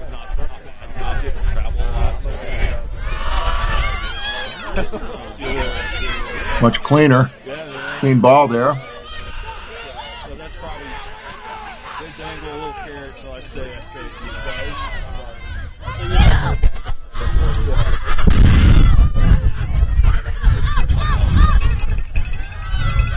Good possession by Drury here. Big prop taken down there by New Mexico Tech. Got it to the speedster. She's breaking tackles. Stays on her feet.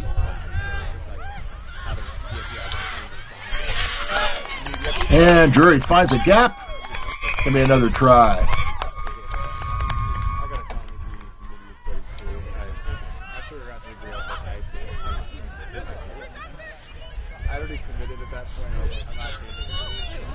Just sprinting through. Gaps don't tackle. You know what? It's a tough one, man. It really is. I've already committed. I'm not going to but That kick looked low.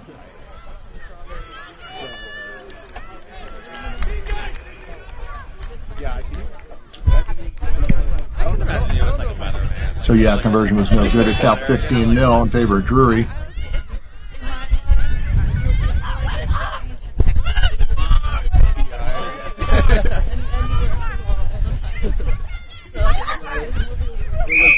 Looks like both teams are back at full strength. There's a penalty for offside against Drury, so New Mexico Tech's going to get an opportunity here.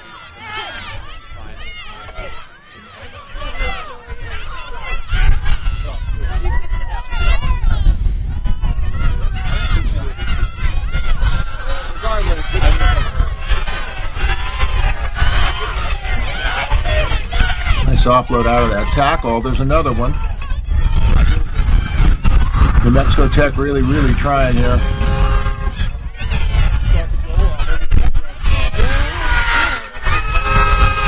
No penalty, says the ref. Play on.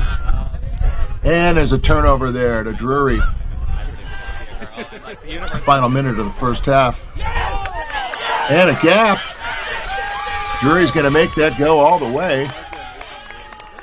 Number 9 for Drury is Alexa Hartenberg. She's from Huntington Beach, California. Surf City, USA. She rides that wave all the way under the post.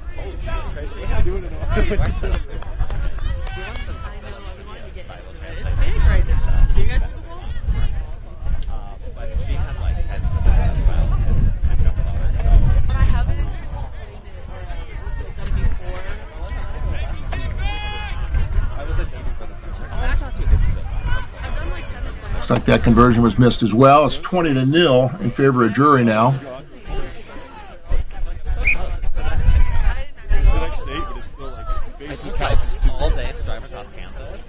Scoreboard clock is at 0. Looks like we will have a kickoff.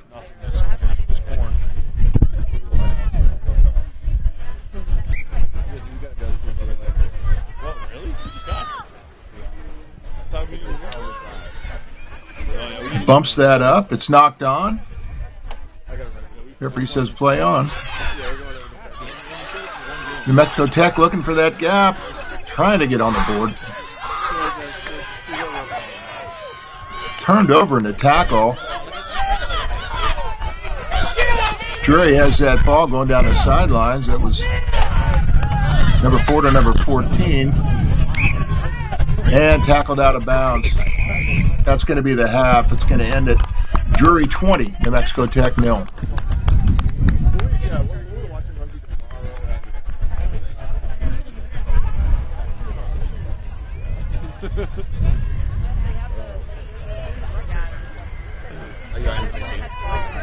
Yeah, we're playing together.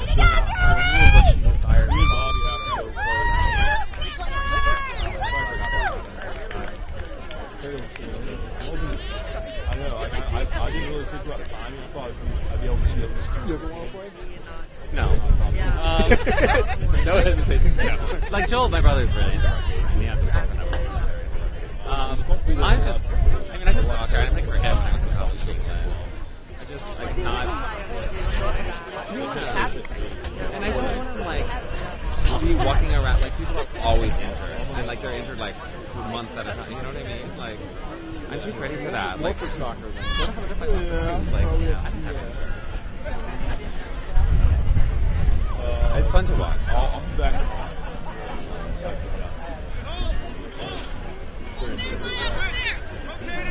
Well, stones with their phones out. You don't want to take off your phone. I mean, that's better. I mean, everywhere you go now, you can even go to a ball, like in wrestling, and have your phones out. You guys went to a ball? Yeah. Where you guys go? Okay, we'll figure that out. Oh my God. I'm already committed. Wait, who next thing? Maybe I'll be back today.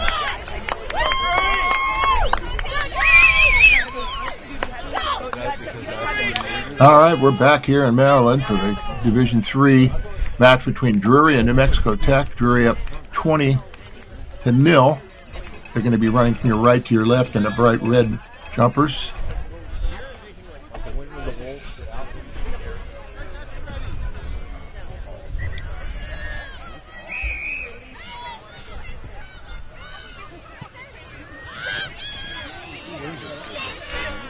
New Mexico Tech able to collect that ball cleanly and hand off. There's going to be an offload up the middle here.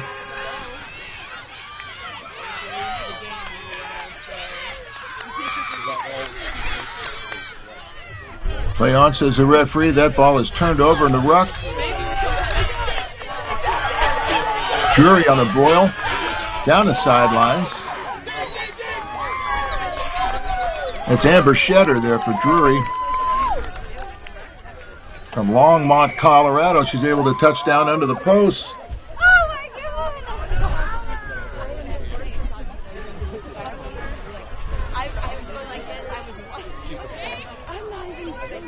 Yeah, great long distance try there.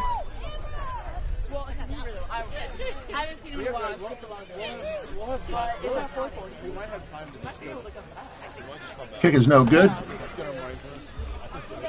Allison Lamb with the kick from St. Peters, Missouri. 25-0 in favor of Drury now.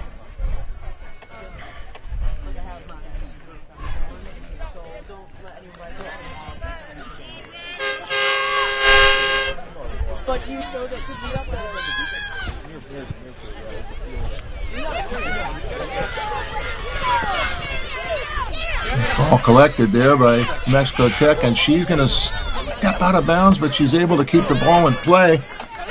It's knocked on. It's advantage to Drury.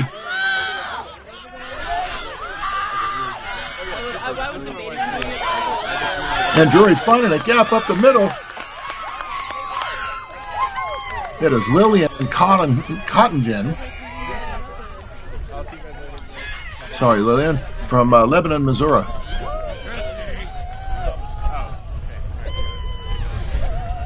Another try into the post for Drury.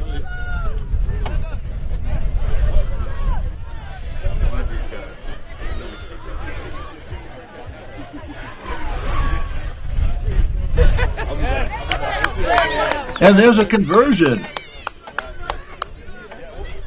Drury now up 32-0. 4 minutes left, 4.5 in the second half.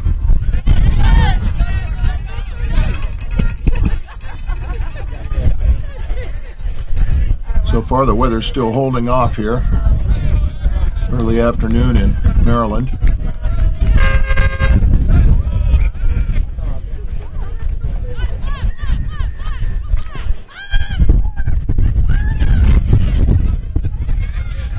These kicks have been nothing but entertaining. New Mexico Tech with the ball. Nice offload there. Just trying to get outside. Offloads up the middle.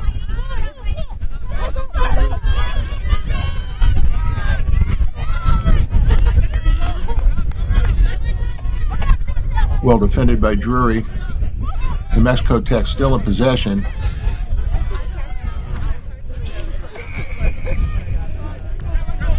Miners get a penalty for offside against Drury. There'll be a penalty at midfield for the Miners.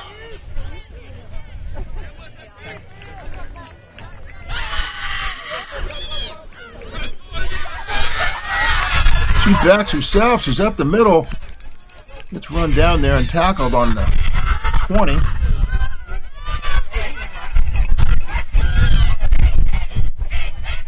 New Mexico Tech desperate for a try here.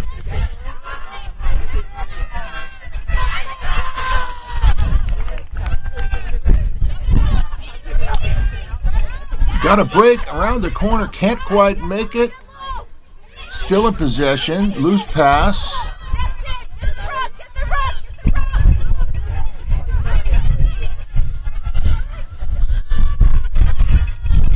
Staunch defense by Drury here.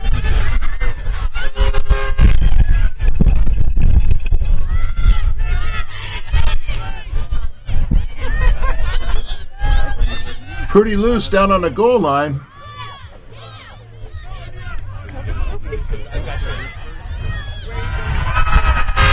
And the Miners are over.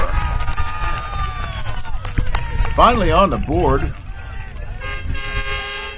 Quite a battle there at the goal line. Good defense by Drury, but New Mexico Tech is able to get that touchdown.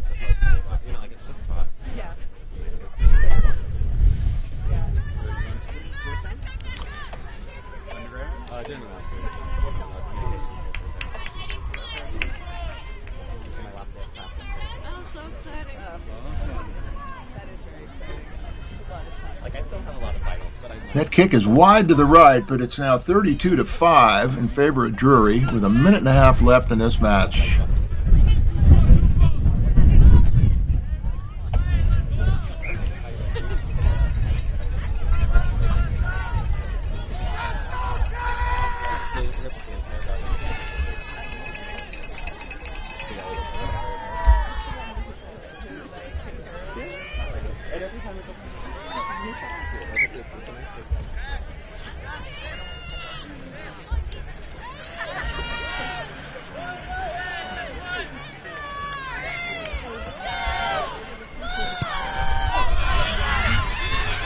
Deep kick there by New Mexico Tech.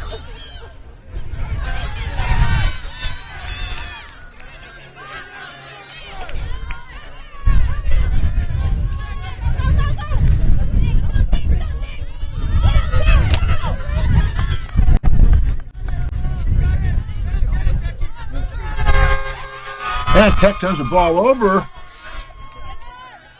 Miners looking for another try here. Nice offload. And there's a Miners try.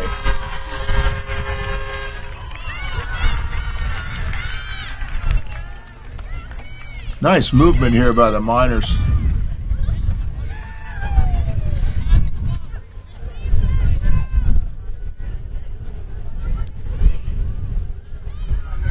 (32-10) now in the final seconds of this match.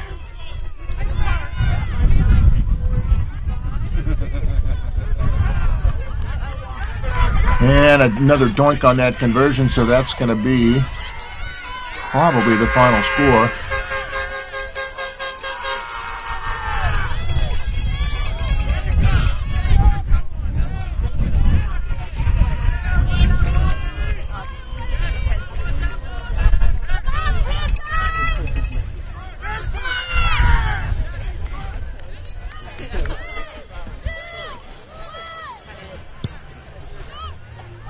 Deep kick there by the Miners.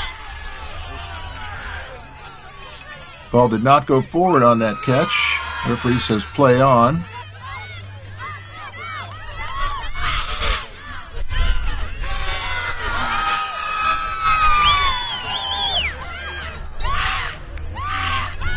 Drury looking for more points here. She gets the corner.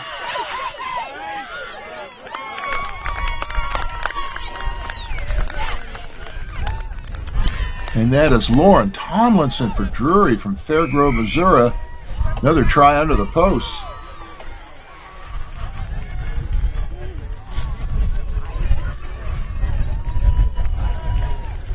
Long distance try there.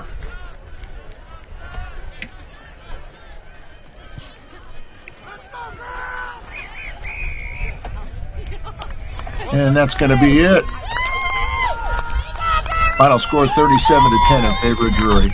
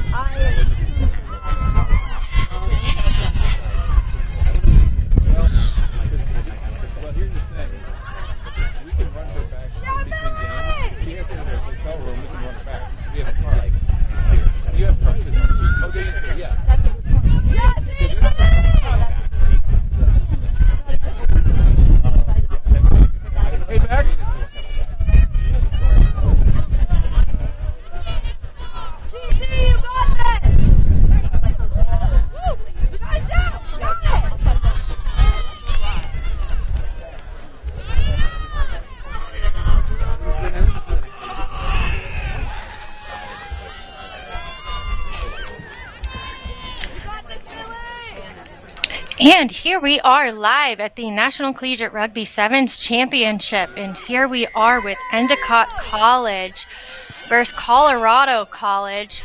And Colorado with the kickoff with Endicott on the receiving end in the first few seconds. Endicott on the offense. And they've passed it out wide to a speedster there. Number 11, Endicott. What a run. Number 11, Colleen Mitchell. Glastonbury, Connecticut. Touches it down for a try. What power, what pace. She beat through that defender and was wide open on that left side of the field and was able to touch it down for 5 points. Now let's see if they can convert this kick. A little bit of an angle here. Number 5, Endicott will take that kick. Caitlin Pedek. The kick is no good, so the score will remain Endicott 5, Colorado College 0. And just under 6 minutes to go in the first half.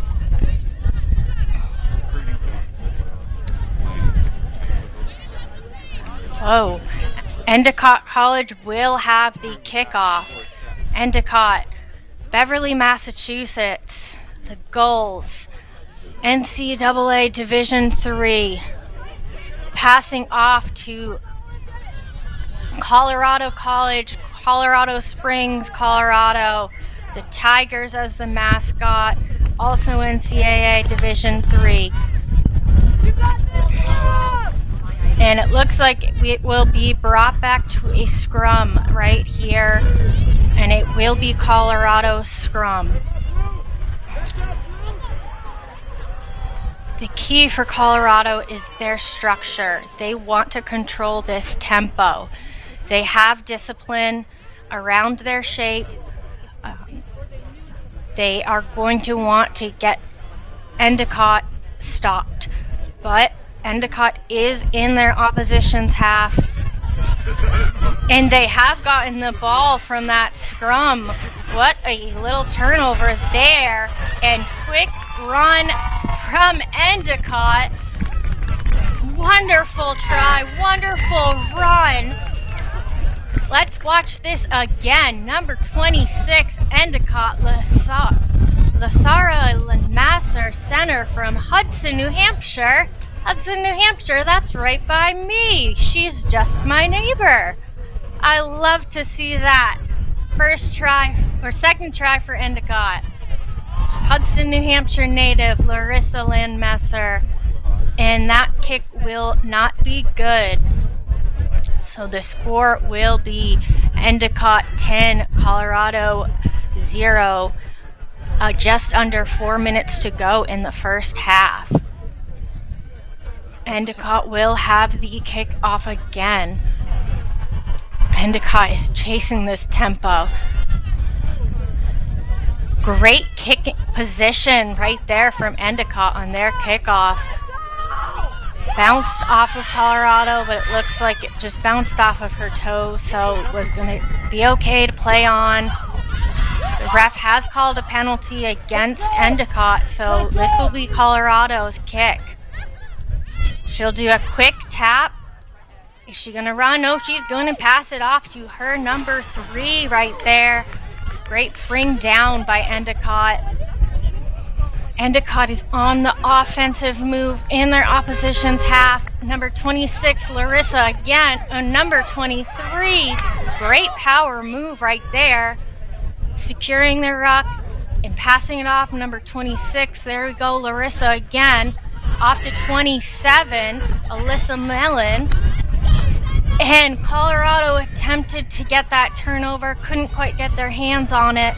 Endicott has the ball again, and wow, number 11, Colleen Mitchell. She was our first try scorer, and she touches it down again for a second try. Great teamwork right there between Endicott. They use precision, they use pace, intensity, and clean decision making to make that try happen. And we will see the kick. It is a tough angle. The kick is not good. So the score will remain Endicott 15, Colorado College 0 with just about 2 minutes to go in the first half. And Endicott will have the kickoff. It looks like it might be a little water break right here.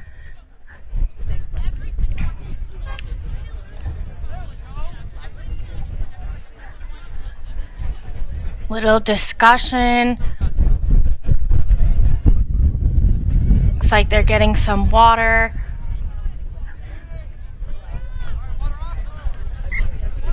Endicott, as long as they stay patient and stay wide, they can finish with precision. They have crisp hands. They're testing Colorado College immediately. And they're able to recycle it and keep the pace high. Endicott has been flooding the breakdown, forcing Colorado to react. Good kickoff right there from Endicott. Colorado. Oh, there. Let's wait for the ref's decision. It will be a tap and go from number 10 on Colorado College. They are in their opposition's half, but Endicott has picked up the ball again from their opposition. Good decision making right there. Powerful run from number 23, or 26, apologize. Another pass off right there, securing the ruck by 28, passing it off. Great work, quick switch play right there by number 6, back to her teammate, bringing it down in the ruck, 26. Oh, and Colorado College has retained that. They got the turnover in the ruck. Great effort by Colorado. Let's see if they can retain this.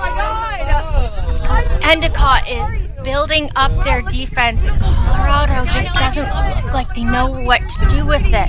They need to get it out wide, but I see a lot of blue moving in on them. Colorado with their scrum half right here.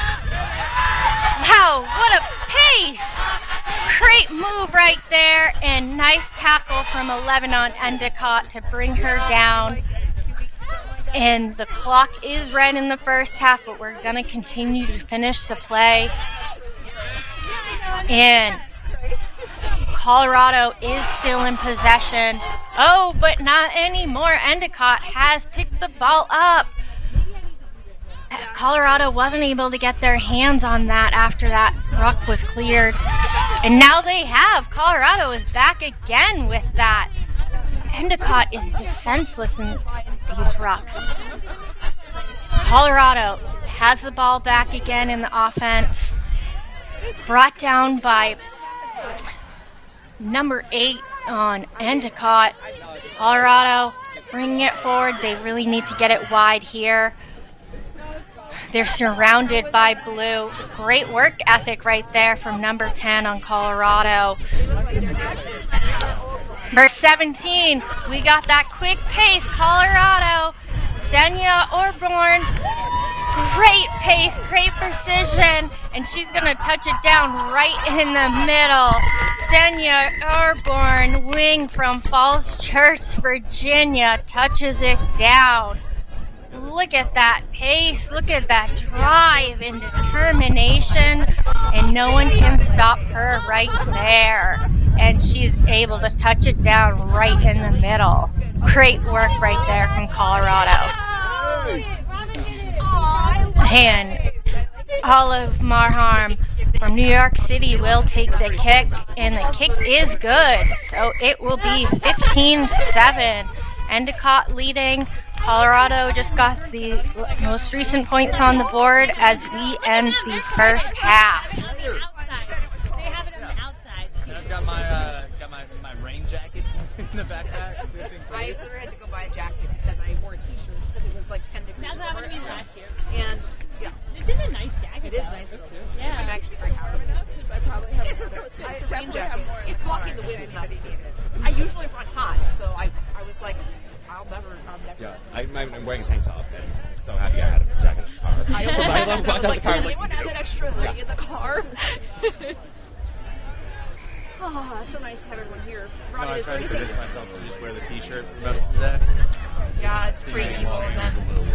Well, I don't know if you saw, but they should have got a red card. No, I agree, Robin. Fuck those bitches. Also, we were up then. She literally full in 2 hands. But that should have been a penalty try and a red card. No, we all thought she was going for the card, and she just got a penalty. It should have been a penalty try. Well, and that's what I'm saying. At least if we didn't give her a card, then you should have gave us the damage because I would have scored that. Yeah, I know. If you're not going to give her a card, I know. I was like, you were already down there. Yeah, I was there with the ball. Like, I was like, bro, and you would have scored it. It was so you would have scored. And then if she didn't stop it, I would score. I agree. I'm like, bro. The team that you're playing next, you guys definitely should. Like, I just need to move the ball. That's it. Yeah. We didn't play one time within our system. I feel like we were playing. Everyone was a little bit like, this is some nerves. Some big serious girls. But like that's we throw for way too long. And we are back live for the second half of Endicott College versus Colorado College. Endicott 15, Colorado 7. Colorado had the last points on the board in the second half. Endicott will be kicking off right now. Great placement kick. And Colorado has touched it down in that trial zone. It will be brought back, it looks like, for a re-kick, but Colorado will get this restart.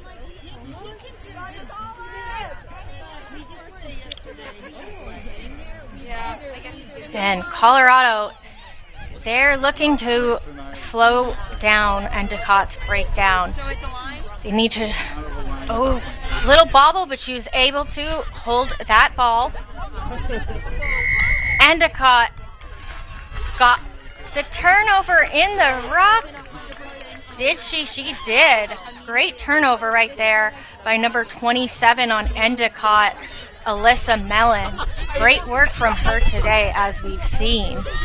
And the ball is in the hands of Endicott, 17-23 to the speedster again, 11. Colleen Mitchell, our try scorer, back to 13. And we're getting close to that try line. And number 6, Tegan O'Donnell, touches it down for another 5 points for Endicott. Great team effort right there.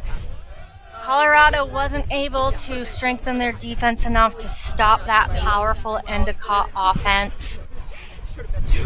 We'll give a quick water break here while the kicker resets. And the kick is not good, so the score will remain Endicott 20, Colorado 7, with just over 5 minutes to go in the first half.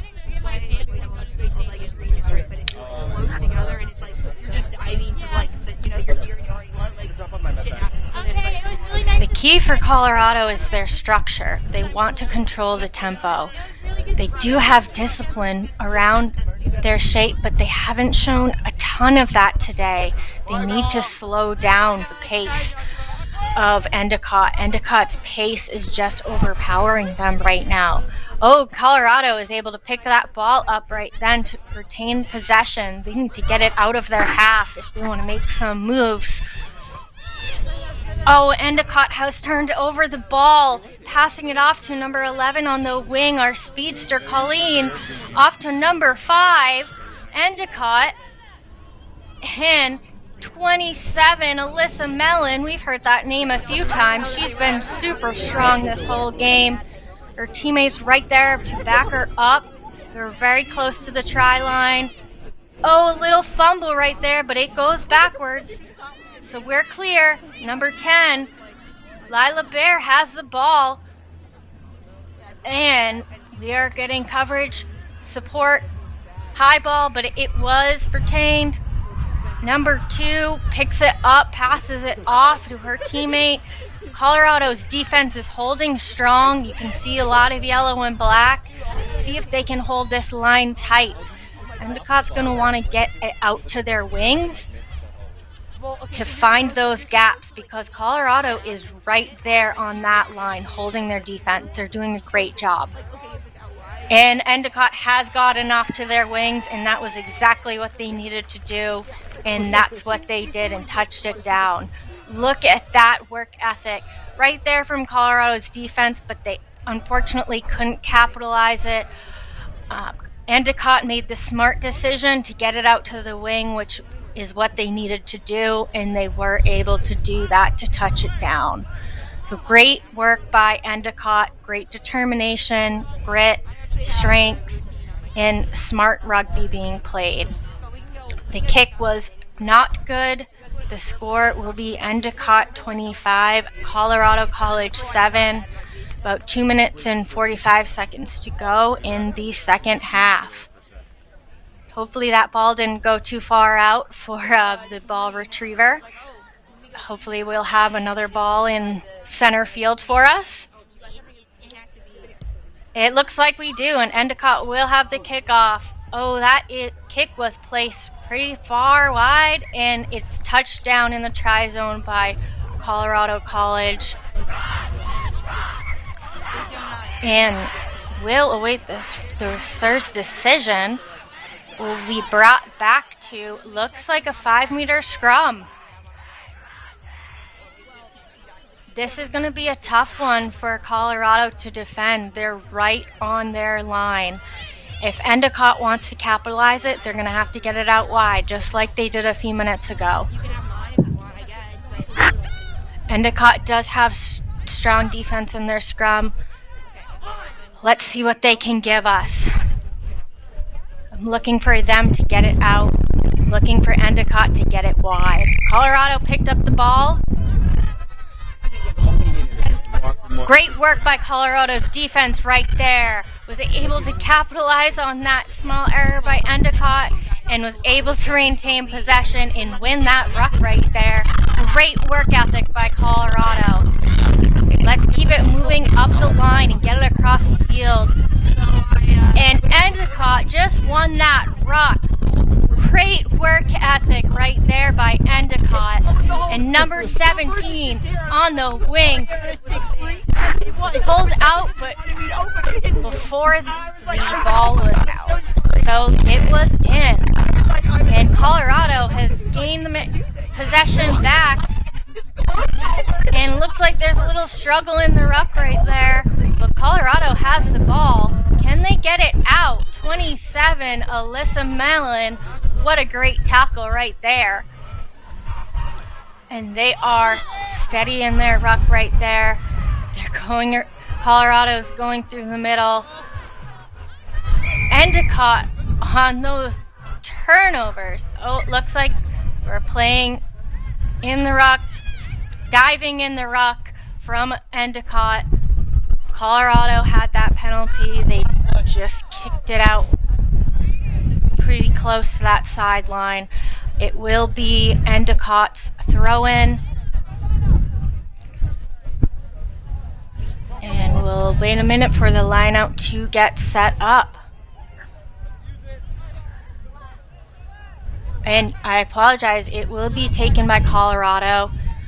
Colorado, number 10, Olive Maharm from New York City, New York, taking the throw-in for the line-out. Oh, and it was stolen by Endicott in the line-out. What a steal. 23 to number 11, our speedster.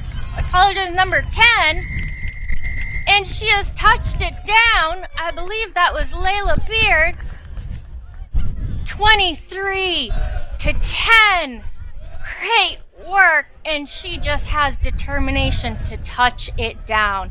Layla Bear from Pasadena, California. She got another 5 points on the board. And the score is 30-7. Colorado, Endicott up, and that is the game. Endicott were very dominant in this game. Glad Colorado was able to get some points on the board. They were not able to stop that powerful offense from Endicott.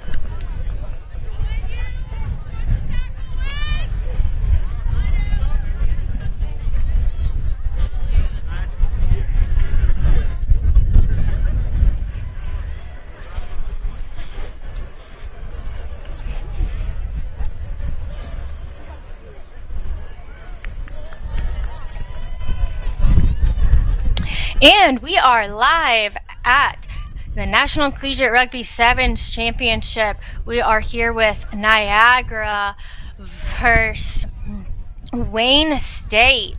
Wayne State from Detroit, Michigan. Mascots the Warriors. Niagara from Lewiston, New York. Mascot Purple Eagles. And it looks like Wayne State will have the kickoff. Number 6 is waiting with the ball in her hand. Madison Ward. We get the official call from the referee to get the kickoff started. And I'm excited for this game. Let's go. And Niagara has maintained that ball on the kickoff. What a powerful run right there by number, I'm not sure, apologize for the number, but from Niagara. Oh, and the ball is called back. It will be a penalty against Wayne State. So Niagara was able to capitalize and tap and go with that. Niagara is on the offensive move. They're gaining into the opposition's half. Quick ball for number 12, Maya Tejera. And another quick ball from scrum half Mackenzie Adley out to the wing. Oh, just a little too far. Is she going to maintain that possession? No. Wayne State has taken the ball on the offense and gaining into the opposition's half. But nice tackle from Niagara to get the ball loose out of her opponent's hand. But Wayne State has the ball back and was not touched down. Looks like hands were being played in the ruck, so it will be a penalty against Niagara. That will be a costly decision. It will be a quick tap and go by Wayne State, and they have touched it down for the first try of the match. 5 points to Wayne State. Great offensive work right there by Wayne State. Really able to take advantage of the looseness on Niagara's defense through the last minute or so. And the kick is not good, so the score will be 5, Wayne State, Niagara 0. Just over 4 minutes and 30 seconds to go in the first half. Wayne State will have the kickoff. Wayne State, the green and gold. And a little bobble right there from Niagara. Sir's going to let it play on. Niagara on the offense. Oh, what a powerful run right there from Niagara, but she has defensive gaining on her. Great tackle right there by Niagara, number 15. Or apologize, Wayne State 15, Jillian Sovereign. Number 11, Wayne State with another great tackle. Oh, and a little bobble right there. And the ref is going to call this penalty. And it will be given to Niagara. Quick tap and go from that scrum half on Niagara. Quick, fast pace. And she dots it down. It looks like that was number 8, Emma McNabb, Niagara. Great try from her. Great teamwork. Communication solid. Offense solid. And we will wait to see if this kick is good. The kick is not good, so the game will be tied. 5 points on the board for each team right here, going 3 minutes into the first half, or 3 minutes left of the first half.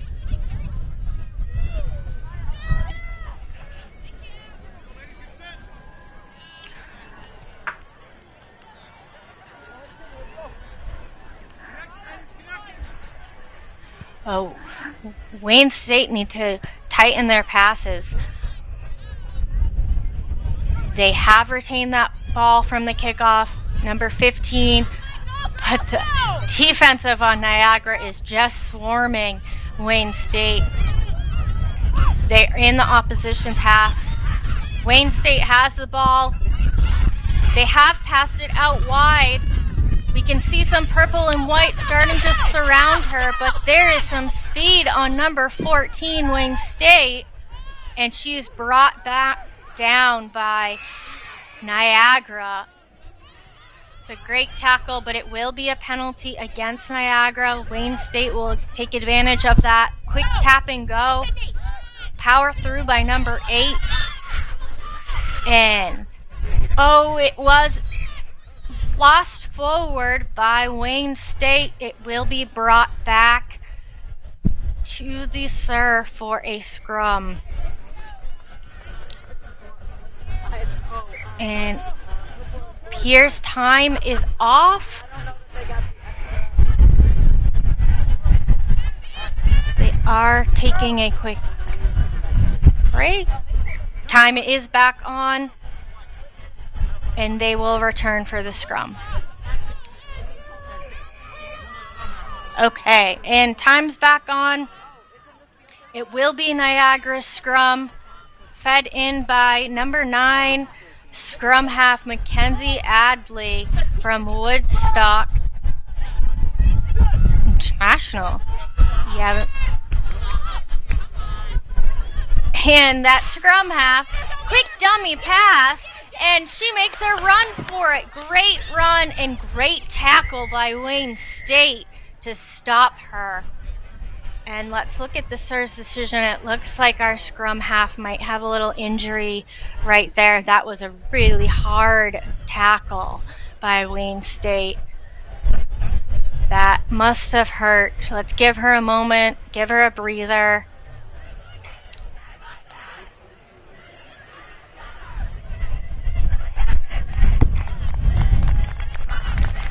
And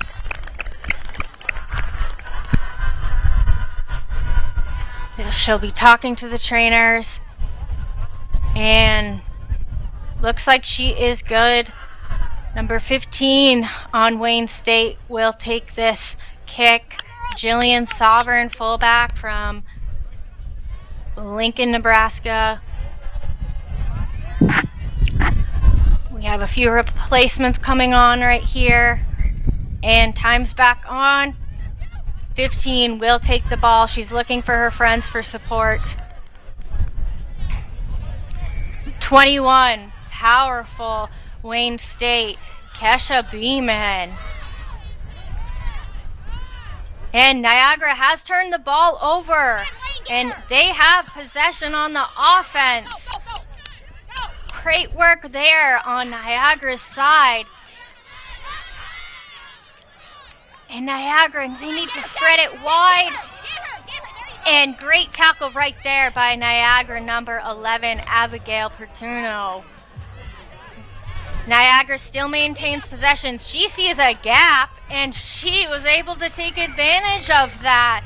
Looks like it was number 16, Addison Marshman. Wow, she took advantage of that gap. Missed tackle by Wayne State, and she was just able to slide right through the middle. And the kick was good by Niagara.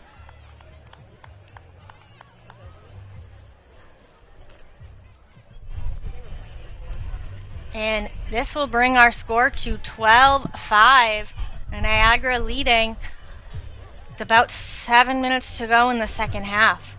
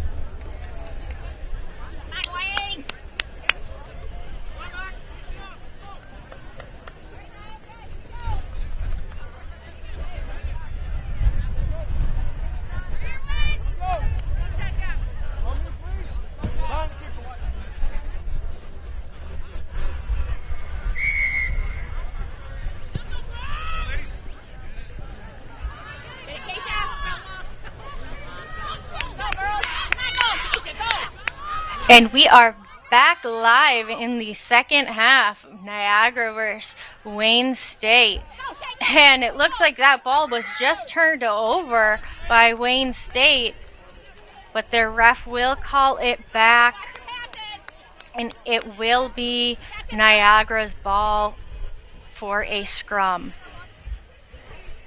Fed in by scrum half Mackenzie Adley, Niagara from Woodstock. We've heard her name a few times. She's done a fantastic job so far today.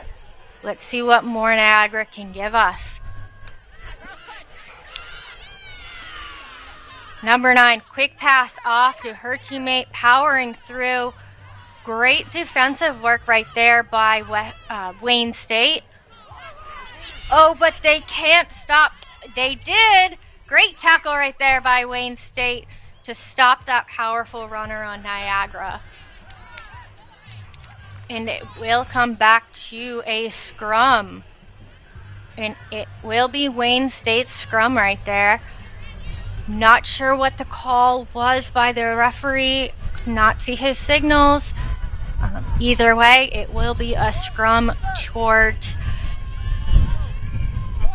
Wayne State.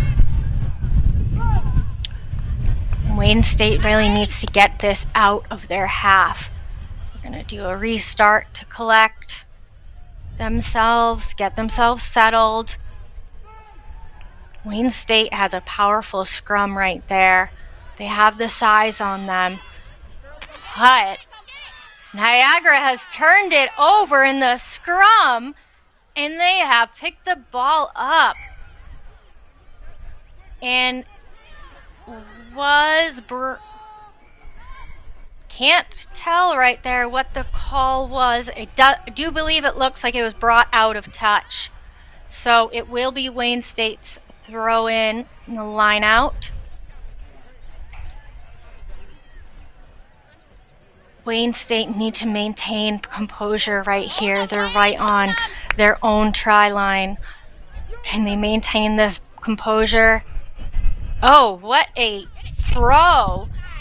And it was picked up by Niagara, who really took advantage of that loose ball right there. Brought over to Niagara, number 9, Mackenzie Abbey, strong scrum half.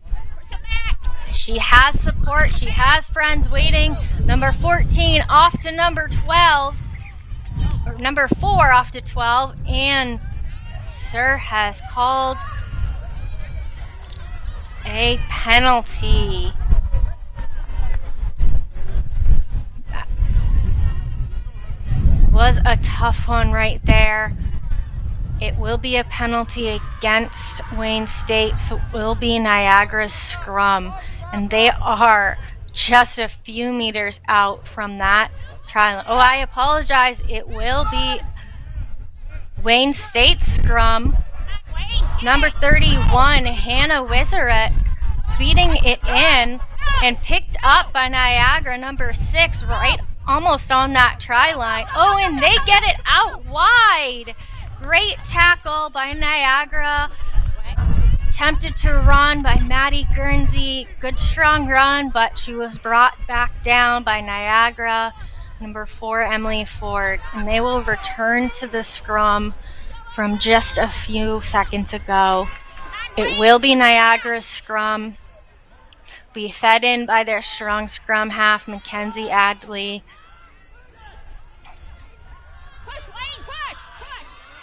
And there we go, Mackenzie Adley. She just broke through right there and was able to touch it down. Great try right there. Smart decision making. She broke through that defender, and there was no one on the other side of that other defender, and she was just able to power through and touch it down for another 5 points. Really strong work ethic from Mackenzie Adley today. She's been a powerhouse for this Niagara team. And kick by number 19, Nasia Previsis from St. Catharines, New York. We haven't seen a whole lot of kicks go in the whole day today and yesterday as a whole. And I am glad that that kick went in. Great job by Nasia Provisis. And the score will be 19-5. Niagara up. Niagara leads with the restart. Wayne State has the ball. Loose ball. Can they get on it? They did, but it appears Niagara has gotten the ball out of their ruck on the offense. And Niagara has the ball again, and they have just broken through that defense and touched it down yet again for another try. Let's look at this team effort again. Quick ball out to the side, and there was no one on her. She was able to touch it down. Great work by Niagara. And we will be 24-5 with about 50 seconds to go in the second half. We'll watch this kick. Nope, the kick was not good. Good effort by Niagara there. They are quite a few points in the lead. They feel pretty secure, confident. They have the confidence. They have the pace backing them. I want to see some more from Wayne State on the offense. I want to see them grind down and finish it strong. I want to see their Warriors shine through. And the Warriors have the ball on the offense. Can they maintain possession? Can they get it away from this defense? Nice offensive. Oh, and it was just mishandled right there by Wayne State right off the fingertips. That was unfortunate. We will end the game at 24 Niagara, Wayne State 5. Great game and great effort put in by both teams, but Niagara was the one who was able to come out on top.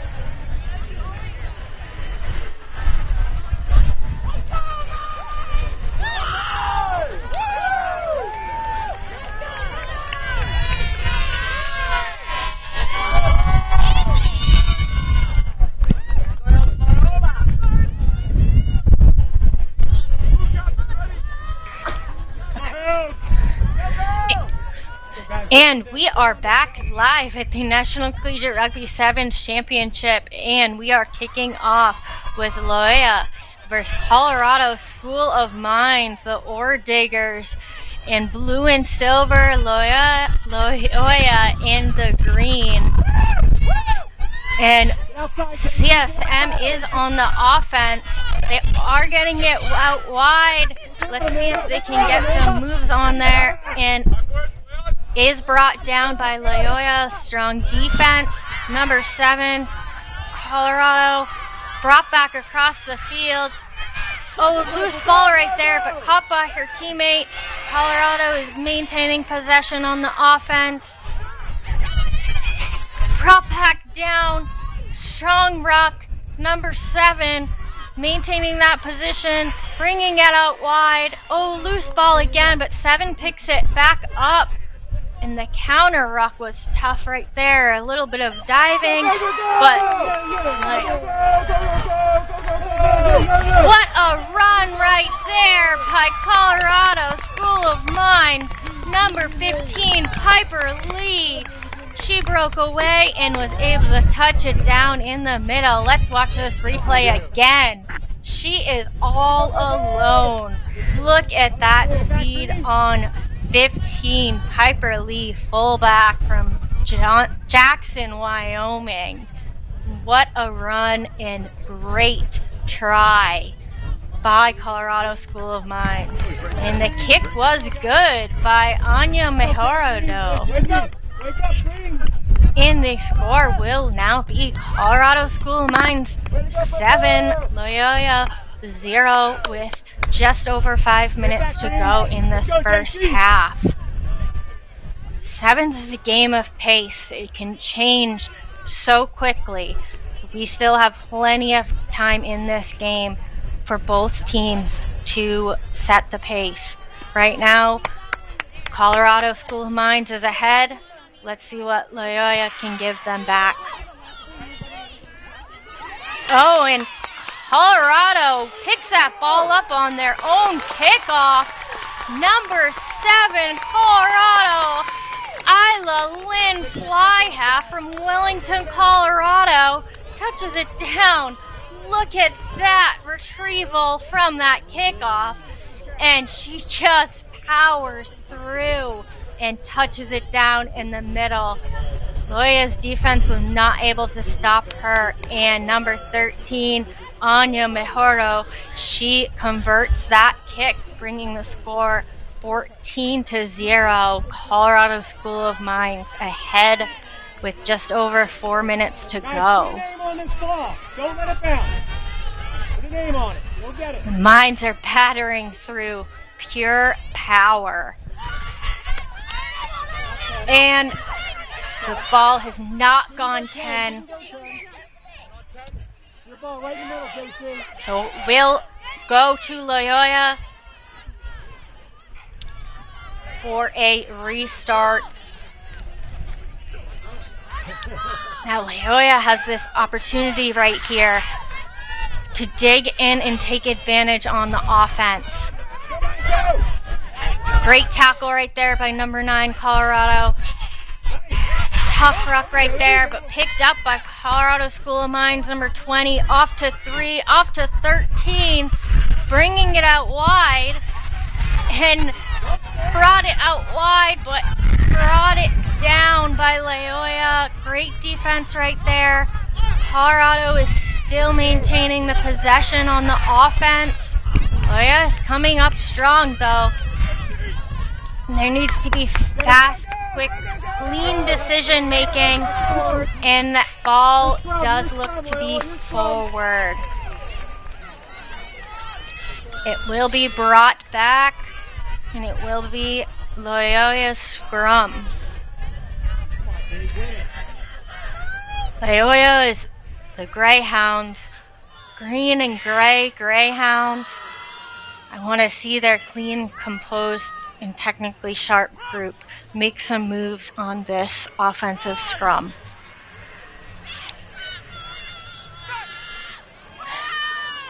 And the ball is fed in by Colorado School of Mines scrum half. Number 10, Sophia Kassak, apologize, wing. And look at that speed on Loyola. And she touches it down.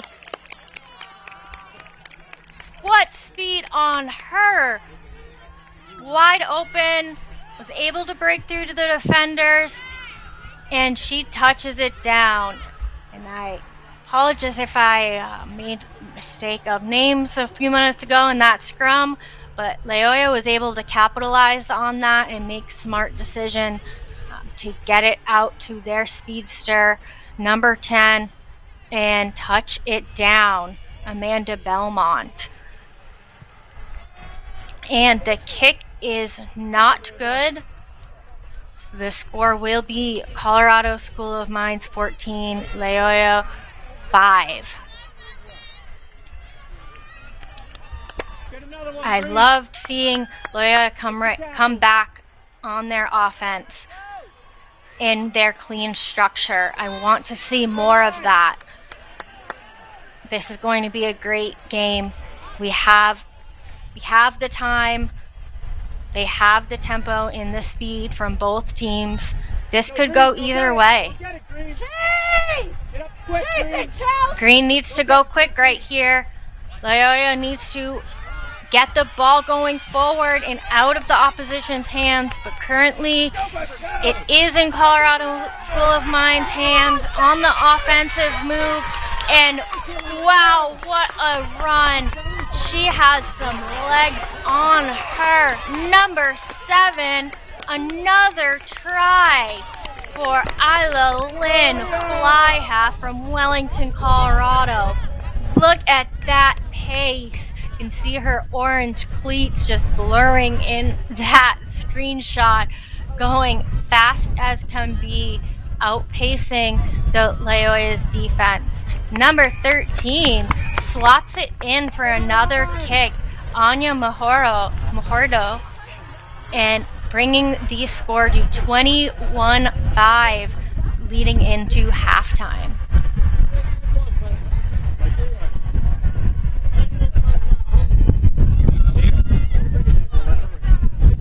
I'll be on my break after this leg.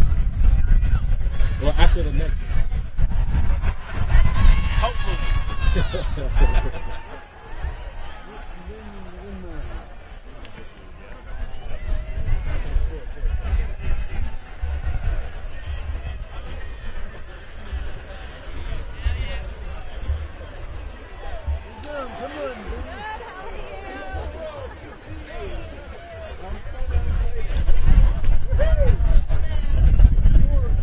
What do you know?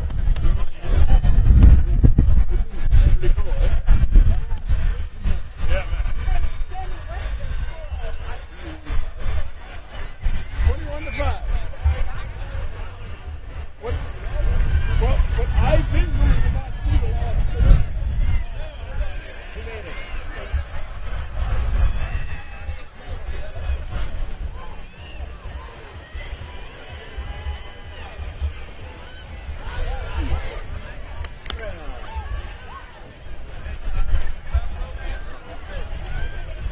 And Chloe scored twice, or I said 3. That I saw her score twice. She's still the breakaway kid, just like Heather. And, you know, played. I know, but she played in the middle, but Chloe got the 2 scores, and I could watch, because their game was out of whack time-wise. They started pending, so it's not their fault, but the whole thing got pushed back. Chloe had one pass. And they were... So how did that end? 20-0. It did. Now Chloe got 2 scores that I saw. Yeah, she did. I was hoping for half to see Chloe's down. Yes, Joe. Yeah. Piper's dad. Rick. And Uncle Rick. Uncle Rick. Okay. And Kathy. Yeah.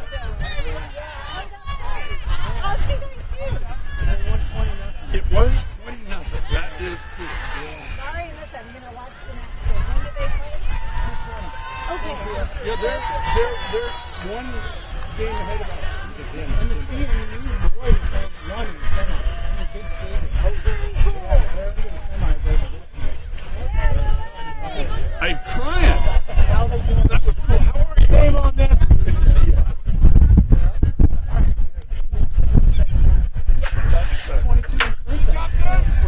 And we are back live with Colorado School of Mines 21 to Loyola 5.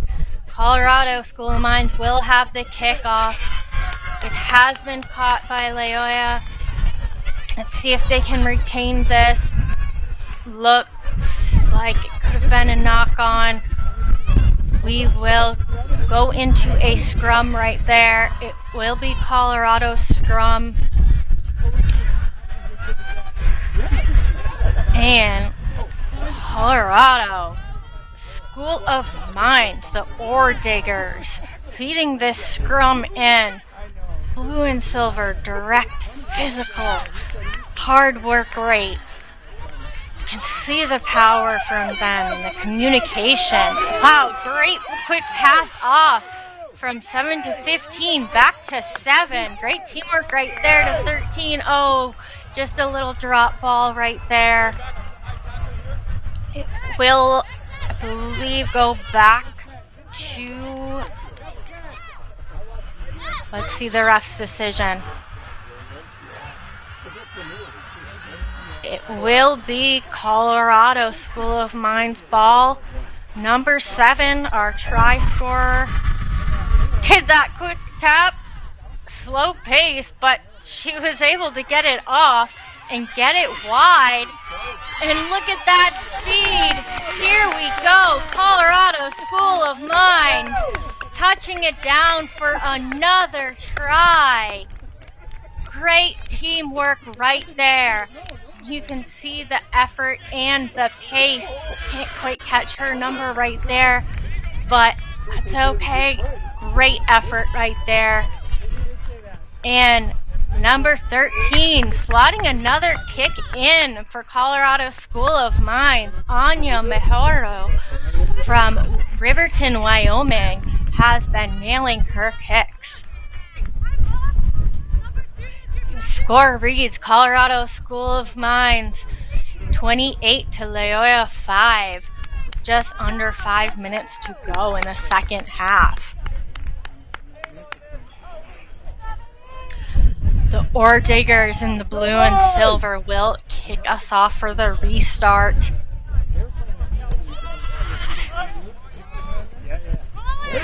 Oh, and it does look like it was knocked on by Loyola. That's going to be unfortunate for them. The scrum will go to the Ore Diggers. Number 9, Samantha Gregerson will feed that ball in. Scrum half from Colorado Springs, Colorado, putting in that quiet work rate that scrum halves always do. She's been there on top of it. And we'll do a quick reset of the scrum. Make sure everything is safe. Listen to the ref first. We want safe, and we want precision and cleanness. Samantha Gregerson feeding that ball into the scrum. Great. And penalty against Loyola for coming out of that scrum. Colorado School of Mines Ore Diggers taking advantage of that. Pass it off to number 3, number 22. Quick back to number 9, our scrum half with the work rate. Oh, and there's a loose ball. And the ball has been called, has a knock on. It will be a scrum again to the Ore Diggers. Getting a couple of replacements in. Ore Diggers, Samantha Gregerson from Colorado Springs will feed this ball in the scrum. Loyola is going to look to maintain their defensive line as the Ore Diggers are in their opposition's half. Passing it out to number 22, strong run, 15 was missed, but it was backwards. And Loyola is trying to win that ruck over. They did not. So number 15 will take a quick tap and go from Colorado School of Mines. Number 15, Piper Lee. Pass it off to teammate number 20, Jade LaVille.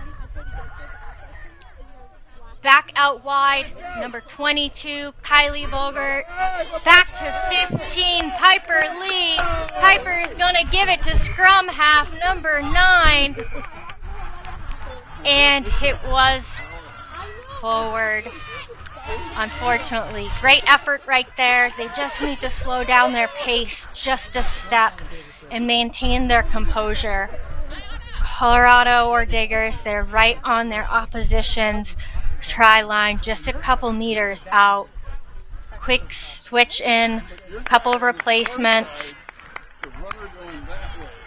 And it will be Loyola scrum right there from that knock on by Colorado.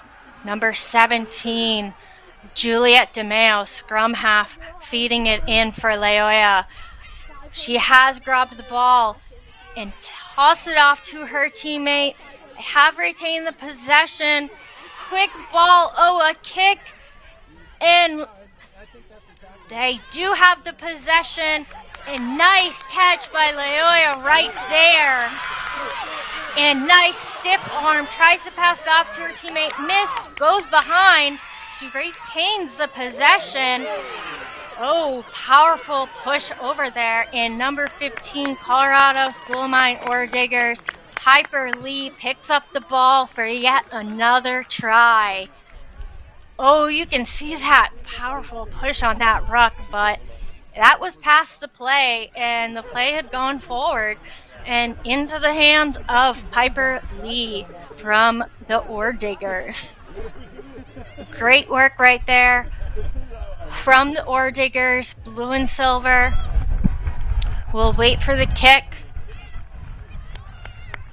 Here's Piper Lee. Will try to convert her own try. And it is good. Piper Lee has secured her own points. And this is the end of regulation, end of the game. Colorado School of Mines 35, Loyola 5. Great work put in by both teams. Unfortunately, Loyola couldn't capitalize, and Colorado School of Mines Ore Diggers were the dominant team on this game. That's it. Only 2 games. Wait, your next game is at 2 p.m., right? Okay. We'll see it because we're here at 2:40. 2:40 again? No, we're going. Yeah, we're going to be here. This is mine. Oh, we're at 2.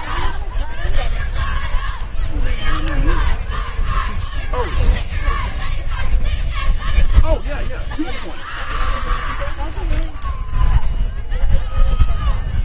Cool. We'll see you there. Oh, that's on the same field, too, isn't it? Woo!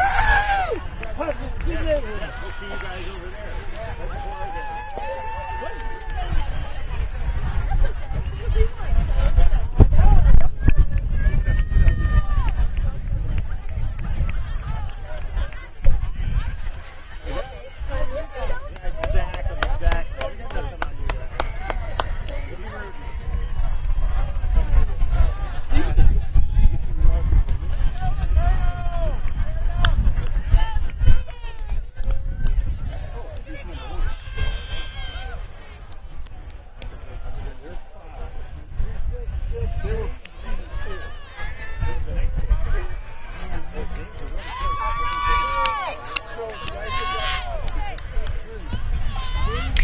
Here we are live at the National Collegiate Rugby Sevens Championship. Here we have East Stroudsburg versus LeTourneau. Yellow Jackets from Longview, Texas. The Yellow Jackets will be in blue and gold, and East Stroudsburg Warriors will be red and black. They had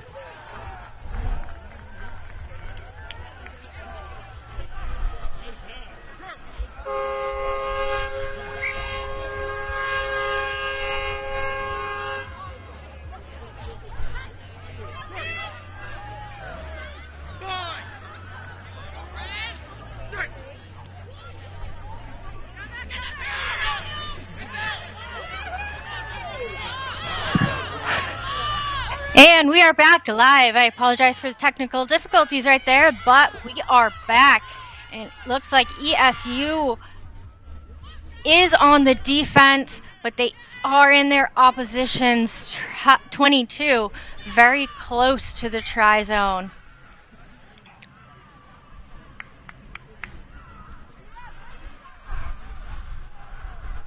And it will be a scrum to ESU. ESU number 15, Bethany Wise, will feed in the scrum right on that, just a few meters away from the try line. And good defensive effort right there from LTU, but ESU has maintained it, and they're pushing through, and they have dotted it down by number 10, Ashlyn McGovero, fly half from Emmaus, Pennsylvania, gets the first points on the board.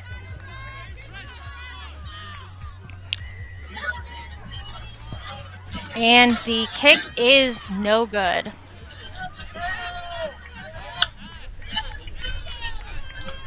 Okay. We're back here. Stroudsburg and LeTourneau. And weather's holding out so far. Stroudsburg will kick off. Deep kick down into their oppositions. Just about 22. At the National Collegiate Rugby Sevens Championship, here we have East Stroudsburg versus LeTourneau. Yellow Jackets from Longview, Texas. The Yellow Jackets will be in blue and gold, and East Stroudsburg Warriors will be red and black. They had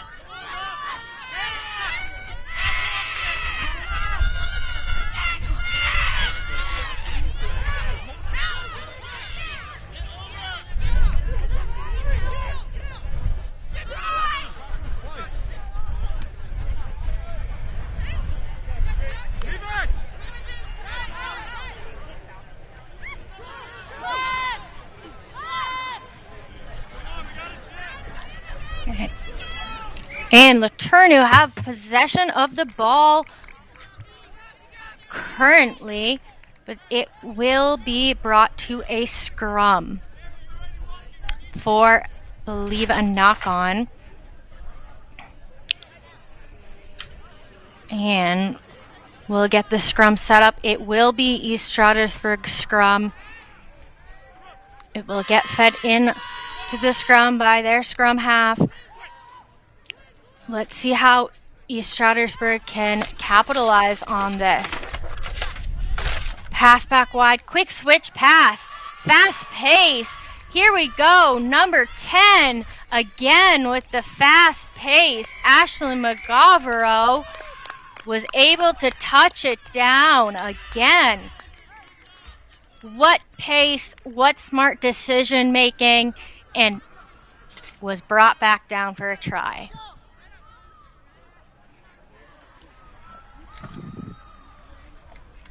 And the kick is no good, taken by Tara Bogniski.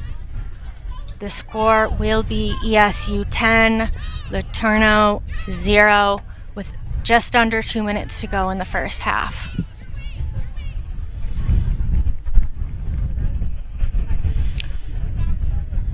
East Stroudsburg will have the kickoff. Oh, and it was just knocked on. The ref will call it back for that knock on. Yeah, those are costly mistakes. Knock-ons on kickoffs. Yes, that was an unfortunate mistake that they're going to regret. It will be, the scrum will be fed in by East Stroudsburg scrum half. Loose ball right there, but was able to be collected by the East Stroudsburg. The Warriors. Oh, and she's got a break there. What a break from the Warriors. Number 11, Sarah Shook. Sarah Shook. There you go. Lake Sarah Ariel, Shook. Pennsylvania. Shook it up. And was able to touch it down in the middle. Number 12, Tara Boneski with the kick. Kick was no good. Hope we have another ball in the middle so we don't have to go in the woods. There that ball is, right there waiting for us. And ESU Warriors will kick off again. Cleanly caught this time by LeTourneau. LeTourneau on the offense in the Yellow Jackets, blue and gold. Quick pass to number 14. He needs to get up the field. Good supportive ruck by her teammate number 26, Moana Rashid. And this will be a penalty against ESU. The Yellow Jackets will take this tap and go. Quick pass off to her teammate. Quick pass again, and was knocked on, but they are playing advantage. So the Warriors, let's see, the ruck's a little messy right there. And black and gold have the ball, but great tackle by number 10 on the Warriors. Now it's going to be brought back.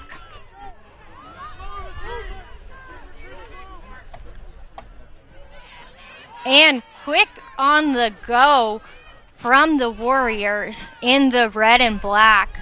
They're trying to get it out of their half. There's a lot of blue swarming around them. If they can get it out wide, they might be safe. And we're going to have another penalty against the black and gold. So the Warriors are stepping forward, gaining pace. Number 10.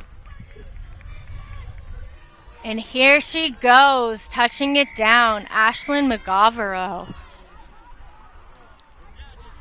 That quick decision making. Great pass, and she's wide open. She cuts through that middle channel. No defenders on her. Ups the pace and was able to touch it down in the middle. And that conversion was good too. Fantastic. So now we have 22-0 at halftime in favor of ESU. Great first half. I'd love to see a little bit more coming from the black and gold.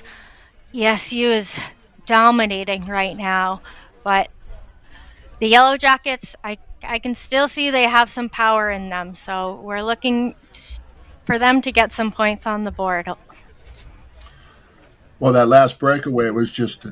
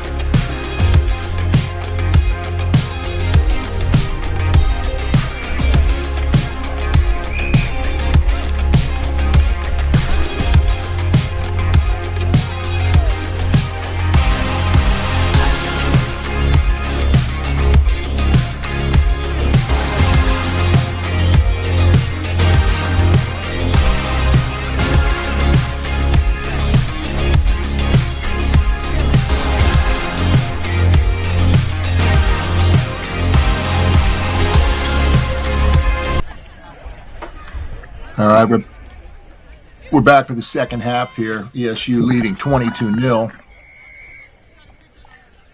over LeTourneau.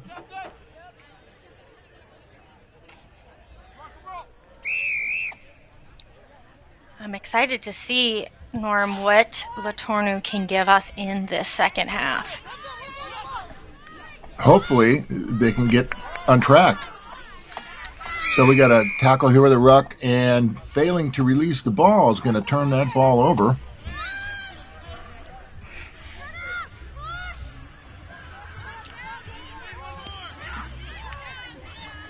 Chris passing inside there. Oh, that was a little loose. Got knocked on, turned over to LeTourneau. Yellow Jackets still in possession.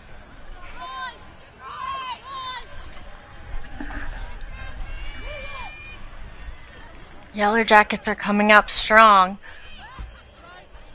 See a lot of red in there, though, on that defensive line. Oh, and there's an intercept try for ESU.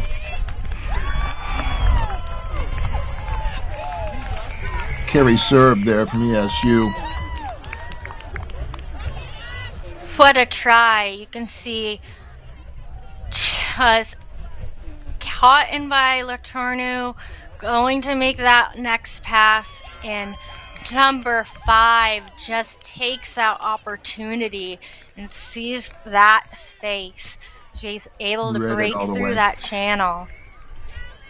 Great work by Kira Serb, second row from Milesburg, Pennsylvania.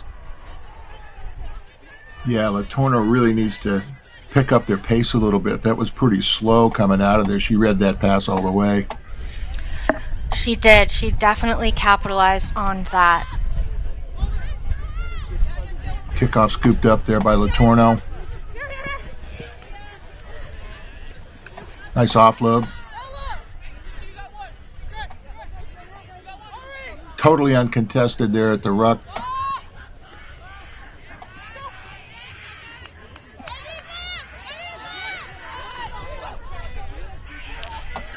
A little bit more pace here.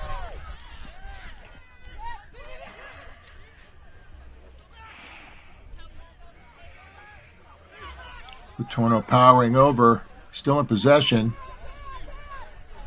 It's a great move to continue the play by LeTourneau. Uncontested ruck right there. Mishandle there by LeTourneau, but referee says play on, didn't go forward. Uncontested ruck again. LeTourneau gets the ball, but it does go backwards. Strategically, no contest at the ruck means more people on defense, but still missed opportunities. And there's a penalty to LeTourneau. Oh, that's going to be unfortunate. And LeTourneau's going to make a break.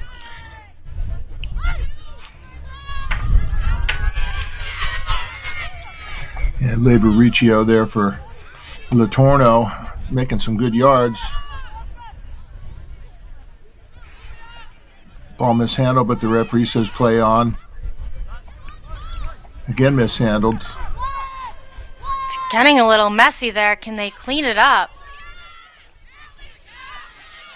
Big tackle there.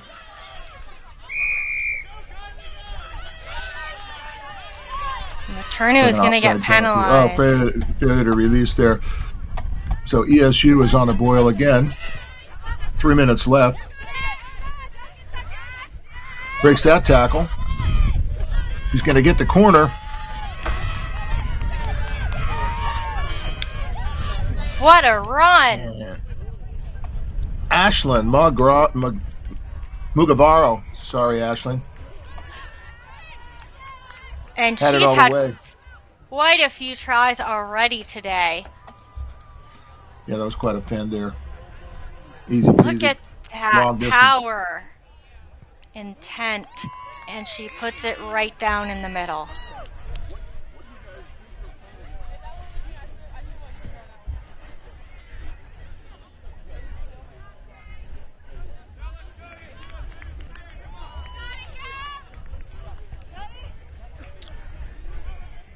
And ESU will kick us off again.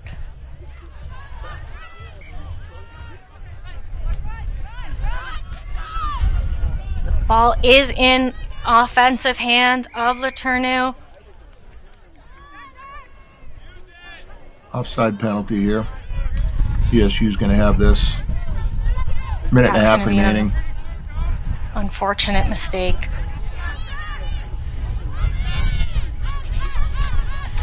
Tap and go by ESU.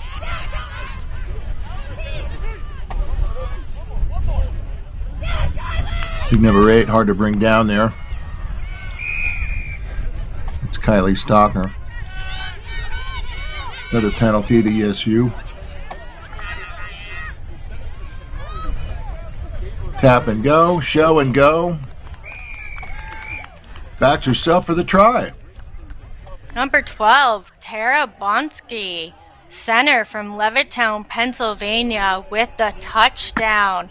Smart decision making. She could have passed it off to number 10, but she backed herself and got through that gap and was able to touch it down. Tiptoeing through there. It kicks wide to the right, so the score is now 41-0. Favor of ESU with 30 seconds left in this match.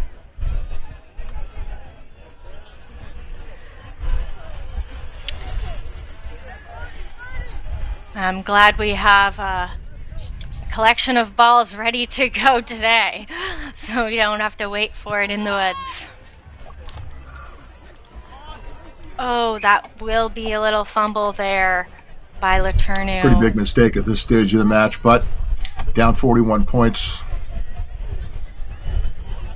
ESU with a scrum here. Scoreboard clock has run out.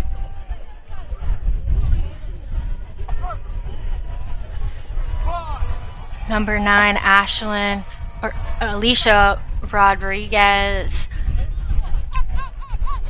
will feed that ball in. Our try scorer back to our other try scorer. There.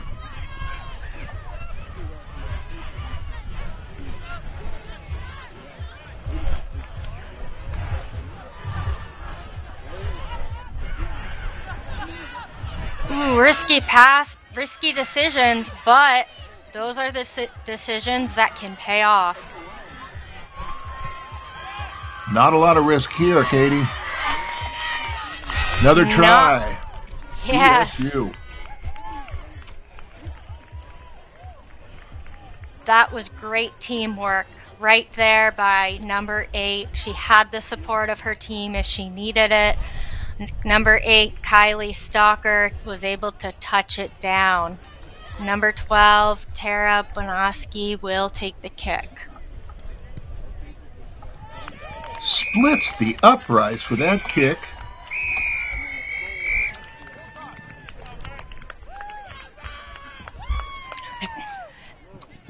And that will end the game. ESU 48, LeTourneau 0.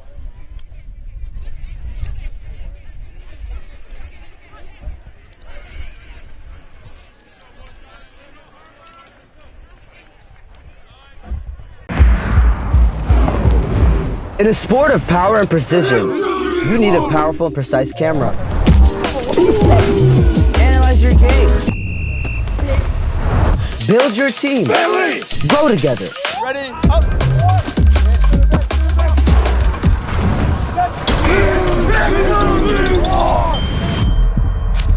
Video captures moments.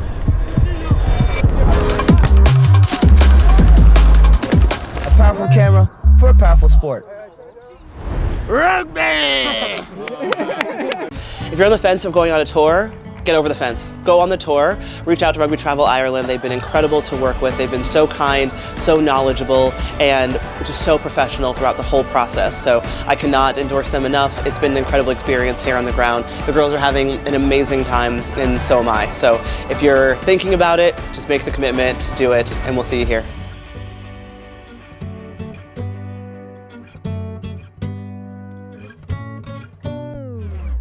We are having a rugby tour in Newcastle, England with the All-Americans from NCR, and we're having an incredible time. So these tours are so incredibly important for our All-Americans because they get to up their skills by having coaches that they don't normally work with, teach them new skills, new drills, new ways to apply their points of difference in the game.